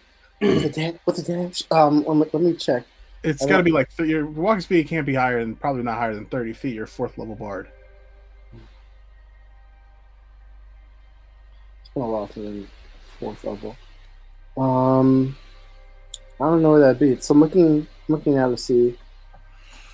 If you're on D&D Beyond, I am. it is right up near the Class top. features? No, it's right at the top next to your ability Oh, score. I see. Oh, yes, I walking feet's 30. Sorry, walking is 30 feet. So I'd say you would need to. What is? If you dash and give me, you would need to do a dash, Mm-hmm. and I would say a DC 25 acrobatics check as well as your thunder wave, and I would let some weird shit happen. Okay, a DC You 25. would, yes. So look, DC 25 acrobatics, but also there's a guy next to you, so he will get an opportunity attack. There's nothing in your favor here, but if you want to try to pull this, I'll 100% allow it. That's how I play the game. If you want to do some crazy shit, I will allow it to happen, but you gotta earn it. A 25? I can hit a DC 25. There's no way. I just rolled 3 2s in a row. I'm chilling. All right. 3 2s in a row. I'm There's a looking if guy I- next to you. I'm looking if I hit him. I'll try and hit this dude. I'll keep it basic for now. Next chance I'm going to try and thunder clap myself. All right, I'm gonna try and hit this dude. Let me roll a d20 and see what happens. I don't know who's using the thing, but yes, I love the encouragement in the chat. Give me an attack roll.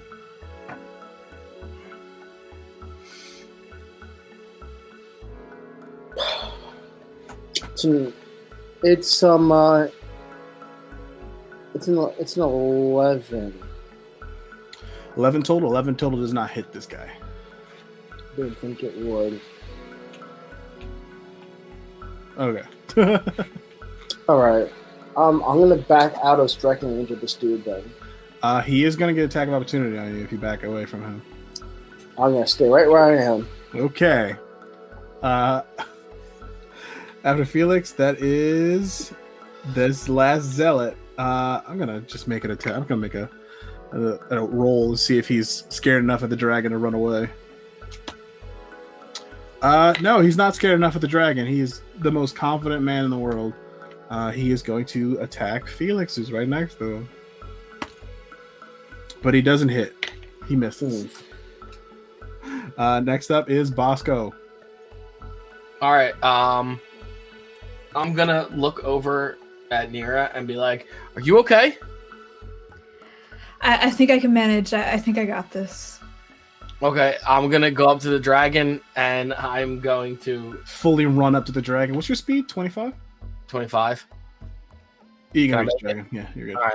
And I'm gonna hit him with the confidence sword. But I'm gonna make it a divine strike. The Sword of Heroes, aka Yeah. the Full Sword. All right. Shout out to extra attack member Ian Newton for the music that's been playing in the background. Yeah, sword. Yeah. So, what level smite are you doing? I only have level 1. Okay. Give me a Wisdom saving throw, Mark. Wisdom saving throw. As you run up and you see this dragon, you're just like, That is 23. the 23. All Yeah. right. Roll your attack roll. I did. So my attack roll is I want to say 22. 22 with your 22. Okay. Roll damage.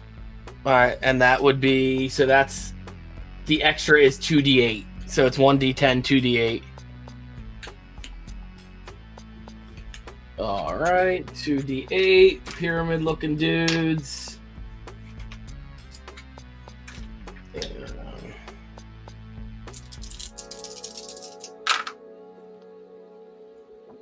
Actually, and will that matter?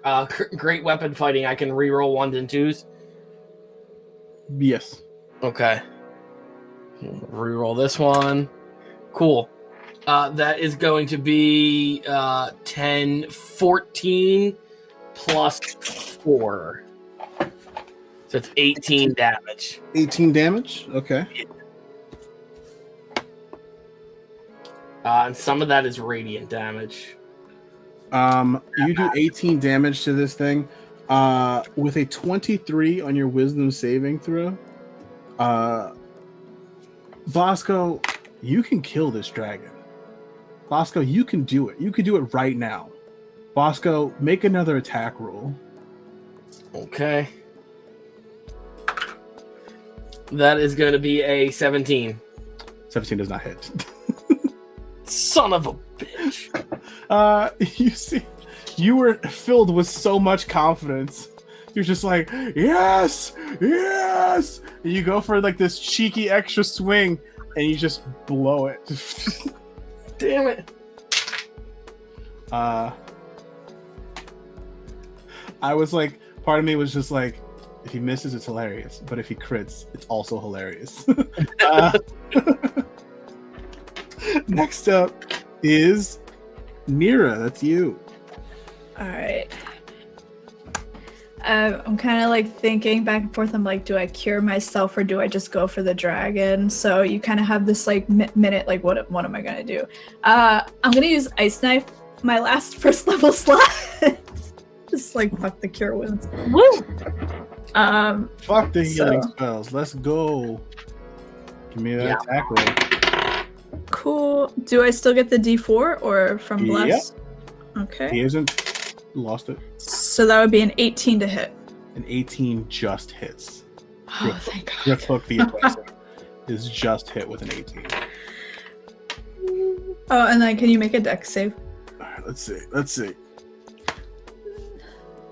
That's a natural 3 on the dice. That is a Woo! 3. Yeah. 3. Yo! That's some. Ooh, holy shit. That was crazy. I rolled a 9 on the D10 and then 2 6s on the D6. Yes. Is that a 21? No, it would be 21. 9, 21. 15? Say 9 and 2 15. sixes would be a 9 plus 12. Oh, you know what? I was just at your. Oh, you're breaking up. You told me it would point. Sorry, I'm talking too fast. It's My fine. computer can't keep up with me. 9. Hold on. I can't Math. handle it.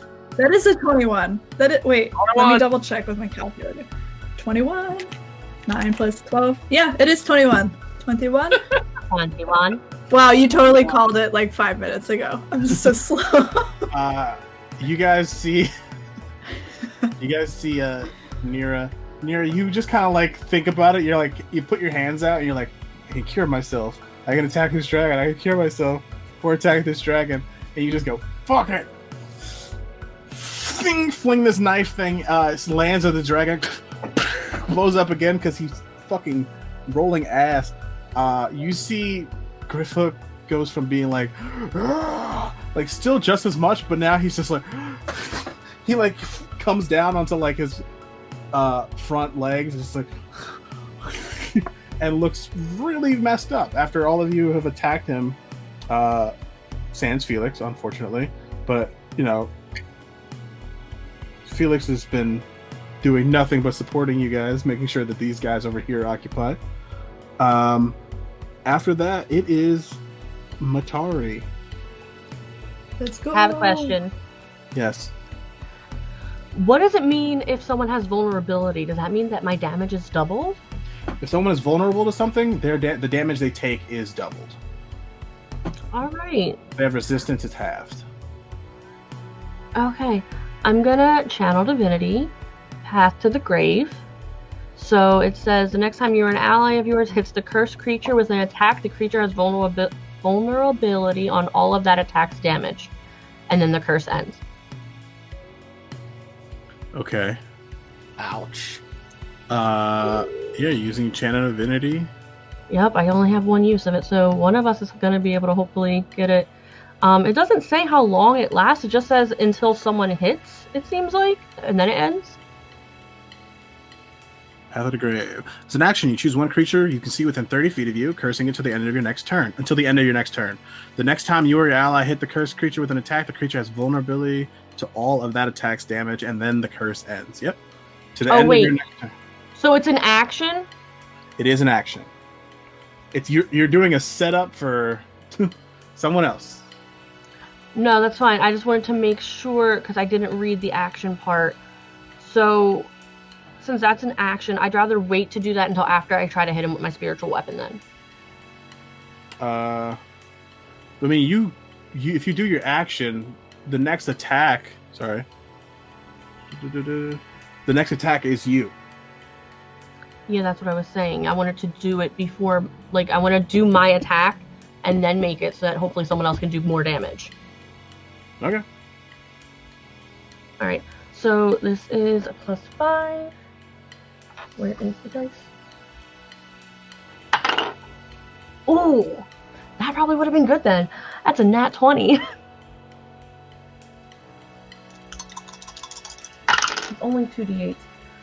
Damn! Alright, that's 15 plus 3 is 18. Maybe I should have just used it for me, but that's alright. Hopefully someone else will do more. Damage. Yep.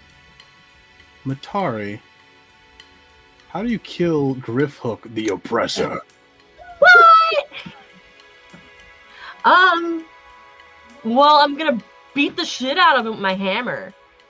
So I guess I'm just gonna like hit him like over the top of the head, and then like as an act, like just for flourish, I guess, like smack it back up like into his chin. Just send him flying. Just regards the fact that the hammer can do it, move his own. Grab hammer. As his head bounces off the ground, you just see the dragons. As his eye goes from this deep slit to a big open one, and then you just see it rolls to the back of his head. As you have killed this dragon. I'm literally sitting there dancing with my hammer like, yes, yes, yes, yes. He did so much damage. Nira did... I have to do some math really quickly. A lot. Hold on. Those ice knives are powerful. Those were impressive. Is that... Nira did 80 points of damage. Nira did 80 points of damage because he was vulnerable to ice. And she rolled really, really well, so it was doubling up. You were 5 points away from killing it with that ice knife. Damn, and that's crazy. If Bosco had hit with his special second attack, that, by the way, only works once. That's what I figured. You would have killed it with the ice knife. That's why I was just like, Bosco. Like, I was like so excited. I was like, he's gonna set her up. She's gonna do it, and I was hilarious. Yeah, you see this as this dragon falls, you see this the other zealot who was still there, like nearly dead, and just starts running away. Yeah, you better run. Yes, you ragtag bunch have killed Grip the Oppressor. You stand there in the cave. What do you do as you stand there in this cave? I'm gonna go grab a tooth. You can grab a tooth. Felix, you can take an opportunity attack on the guy that's running away if you want. All right, I'm gonna throw my sickle at his butt. All right, give me an attack roll. Okay, that's right. Throw my sickle at the butt.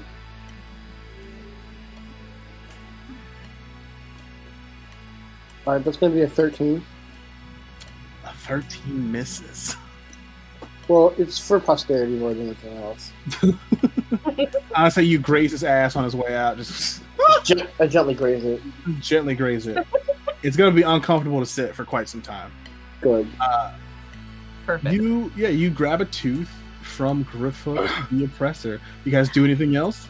I see Nira take the tooth, and I'm just like, oh, that's not what I was gonna do. And I kind of look a little like sheepish, if I was thinking about cutting off the dragon's head and taking it back on the cart. Full dragon head. I'm Yeah, gonna cut off one of his beefy arms. all full arm. Yeah. All right, you guys watch as Bosco meticulously for about 20 minutes butchers the arm of a dragon. Just like tries to get under the thick. It takes the time to get through the thick, scaly material. Finally gets there, gets into the deep tissue underneath the bone. It's like breaking down a chicken. Doesn't think to ask Mira for some help with her ice knife. Wait, what was that? I'm so sorry. Okay. I said he doesn't think to ask Mira for some help with her ice knife. Oh my god, yeah. Yeah. Do you do anything else as you're chilling in this game with this dead dragon? I mean, if Mira's taking a tooth and he's taking an arm, I'm ready to go. I don't need nothing. I was gonna take it back for like proof. Yeah. Oh yeah. Let's cut the head off. You guys take another 30 Can I minutes. turn my spiritual weapon into a sword or I something? take the tooth and I start cutting the head off because I don't have. Cutting the head. You start cutting, rough shot, cutting the head of a dragon off with its own teeth. Yeah. And you take it takes a while. You take like 45 minutes to an hour to get this thing on this cart.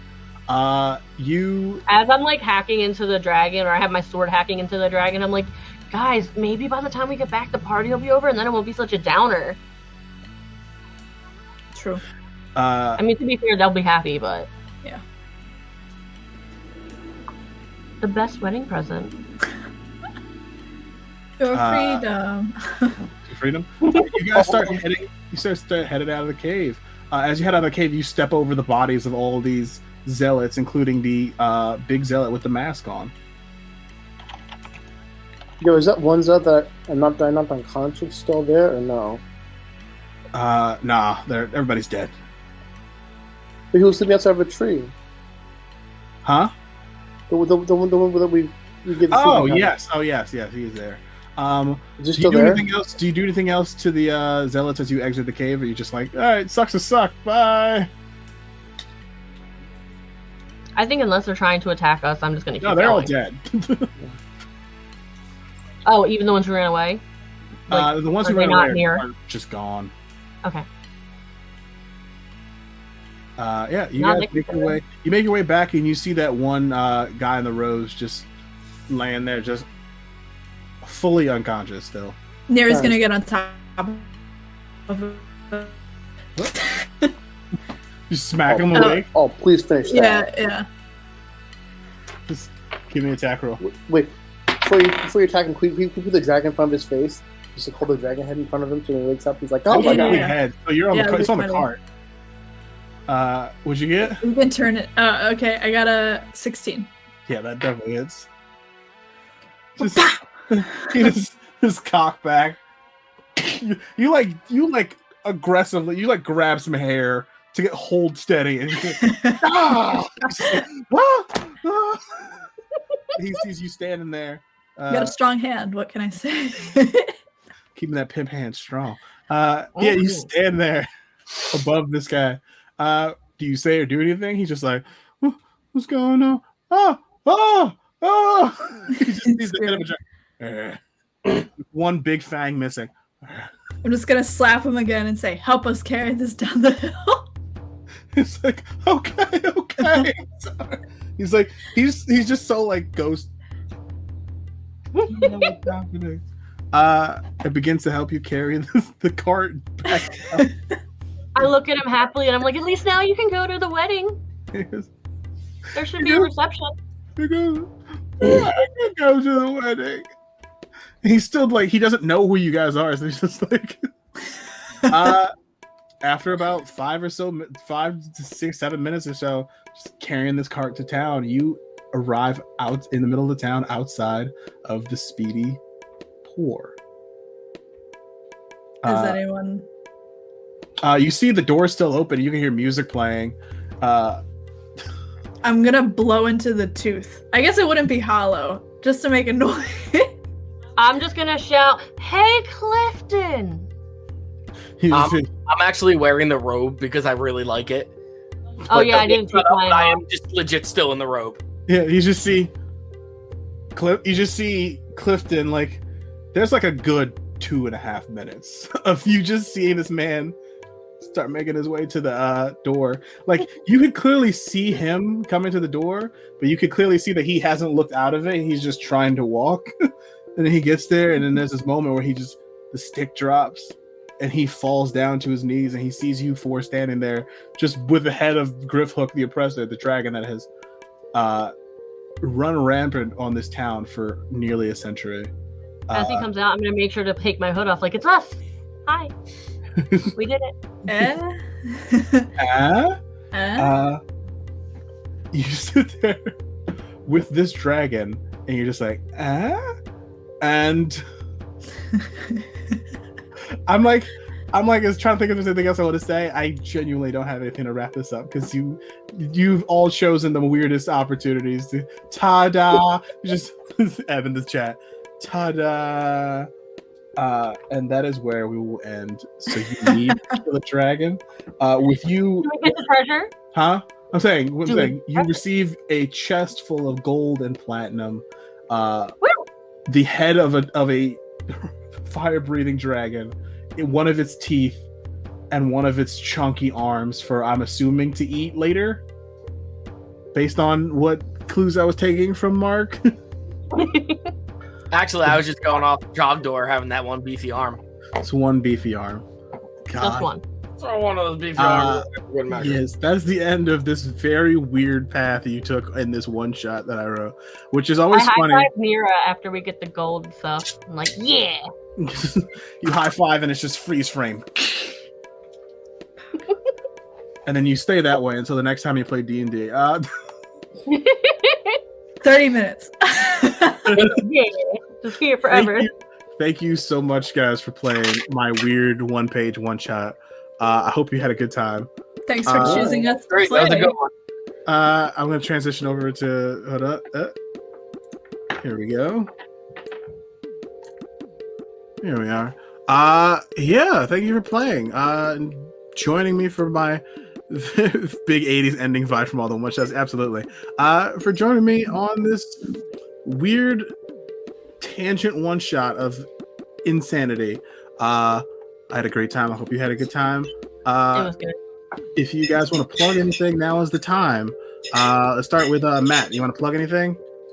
No, not really. I'm pretty good. One thing I guess is unrelated, but I'm in a music video for my friend Chemist. It drops the 27th, and it'll be amazing. All right. Put the info in the chat so people can check it out. Word. Yeah. Mark, do you want to plug anything?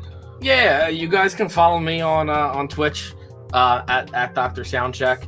On all the social medias, it's at Dr. Spellcheck, just DR Spellcheck, the same way the Dr. Soundcheck is. I play music. I play games. Mark can't get brand consistently. I can't. Well, no. So here's the deal. Okay, let me. I know the story, Mark, but sure, you Dr. can. Spellcheck was great and everything. Sorry, And I gotta peace out, guys. I gotta go grab our food. sounds good. Bye. And So, that's like- Bree, my lovely roommate. So, like, I was Dr. Spellcheck, and because I spell things wrong, if you're ever in a chat with me, you'll see this. Or if you talk to me ever, you'll see that. But one day I just started fixing everyone's audio issues, and someone's like, you should be Dr. Soundcheck. And then I did that. And I also play music, so it kind of worked out. So I just stuck it with, I mean, I can change it back and forth, but it's a lot of work. So I'm just, if you really want to, like, say who I am, you can just call me the Doctor. But yeah, I do music and games. Sometimes me and Aaron's play a game together. Yeah, we're at some point in the next couple of weeks, we're gonna do part 2 of our Hades race to the exit. We started fresh files in the game Hades and are racing to exit Hades. Exactly. Like Eb said, just call me Doc. Let's call him Doc. Ashley, as one of the members of Extra Attack, is there anything you would like to plug? Yeah, if you guys just want to follow me on Aber Music on everything, and if you look on TikTok, it's Aber Vids. I do music and take pictures of myself. Yeah. So. Also one more thing. You should also follow Extra Attack. I am a part of this D&D show that we run every Wednesday, starting at 7 p.m. ET. I don't know. You know, if you didn't know, that's this channel, actually. Yeah. That's all of us. Oh, what is this Extra Attack thing? It's extra attack. Yeah, I think that's what this is. I thought it was something that you could do as a 5th level fighter. Yeah. Do it as a 5th level almost. Also, as a this is Level fighter, level ranger.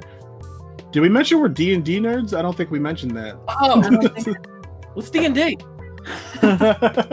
Finish this playing game. I forgot everything I just did. We're just kind of chilling out right now. The next up we have Adventure Skeletons.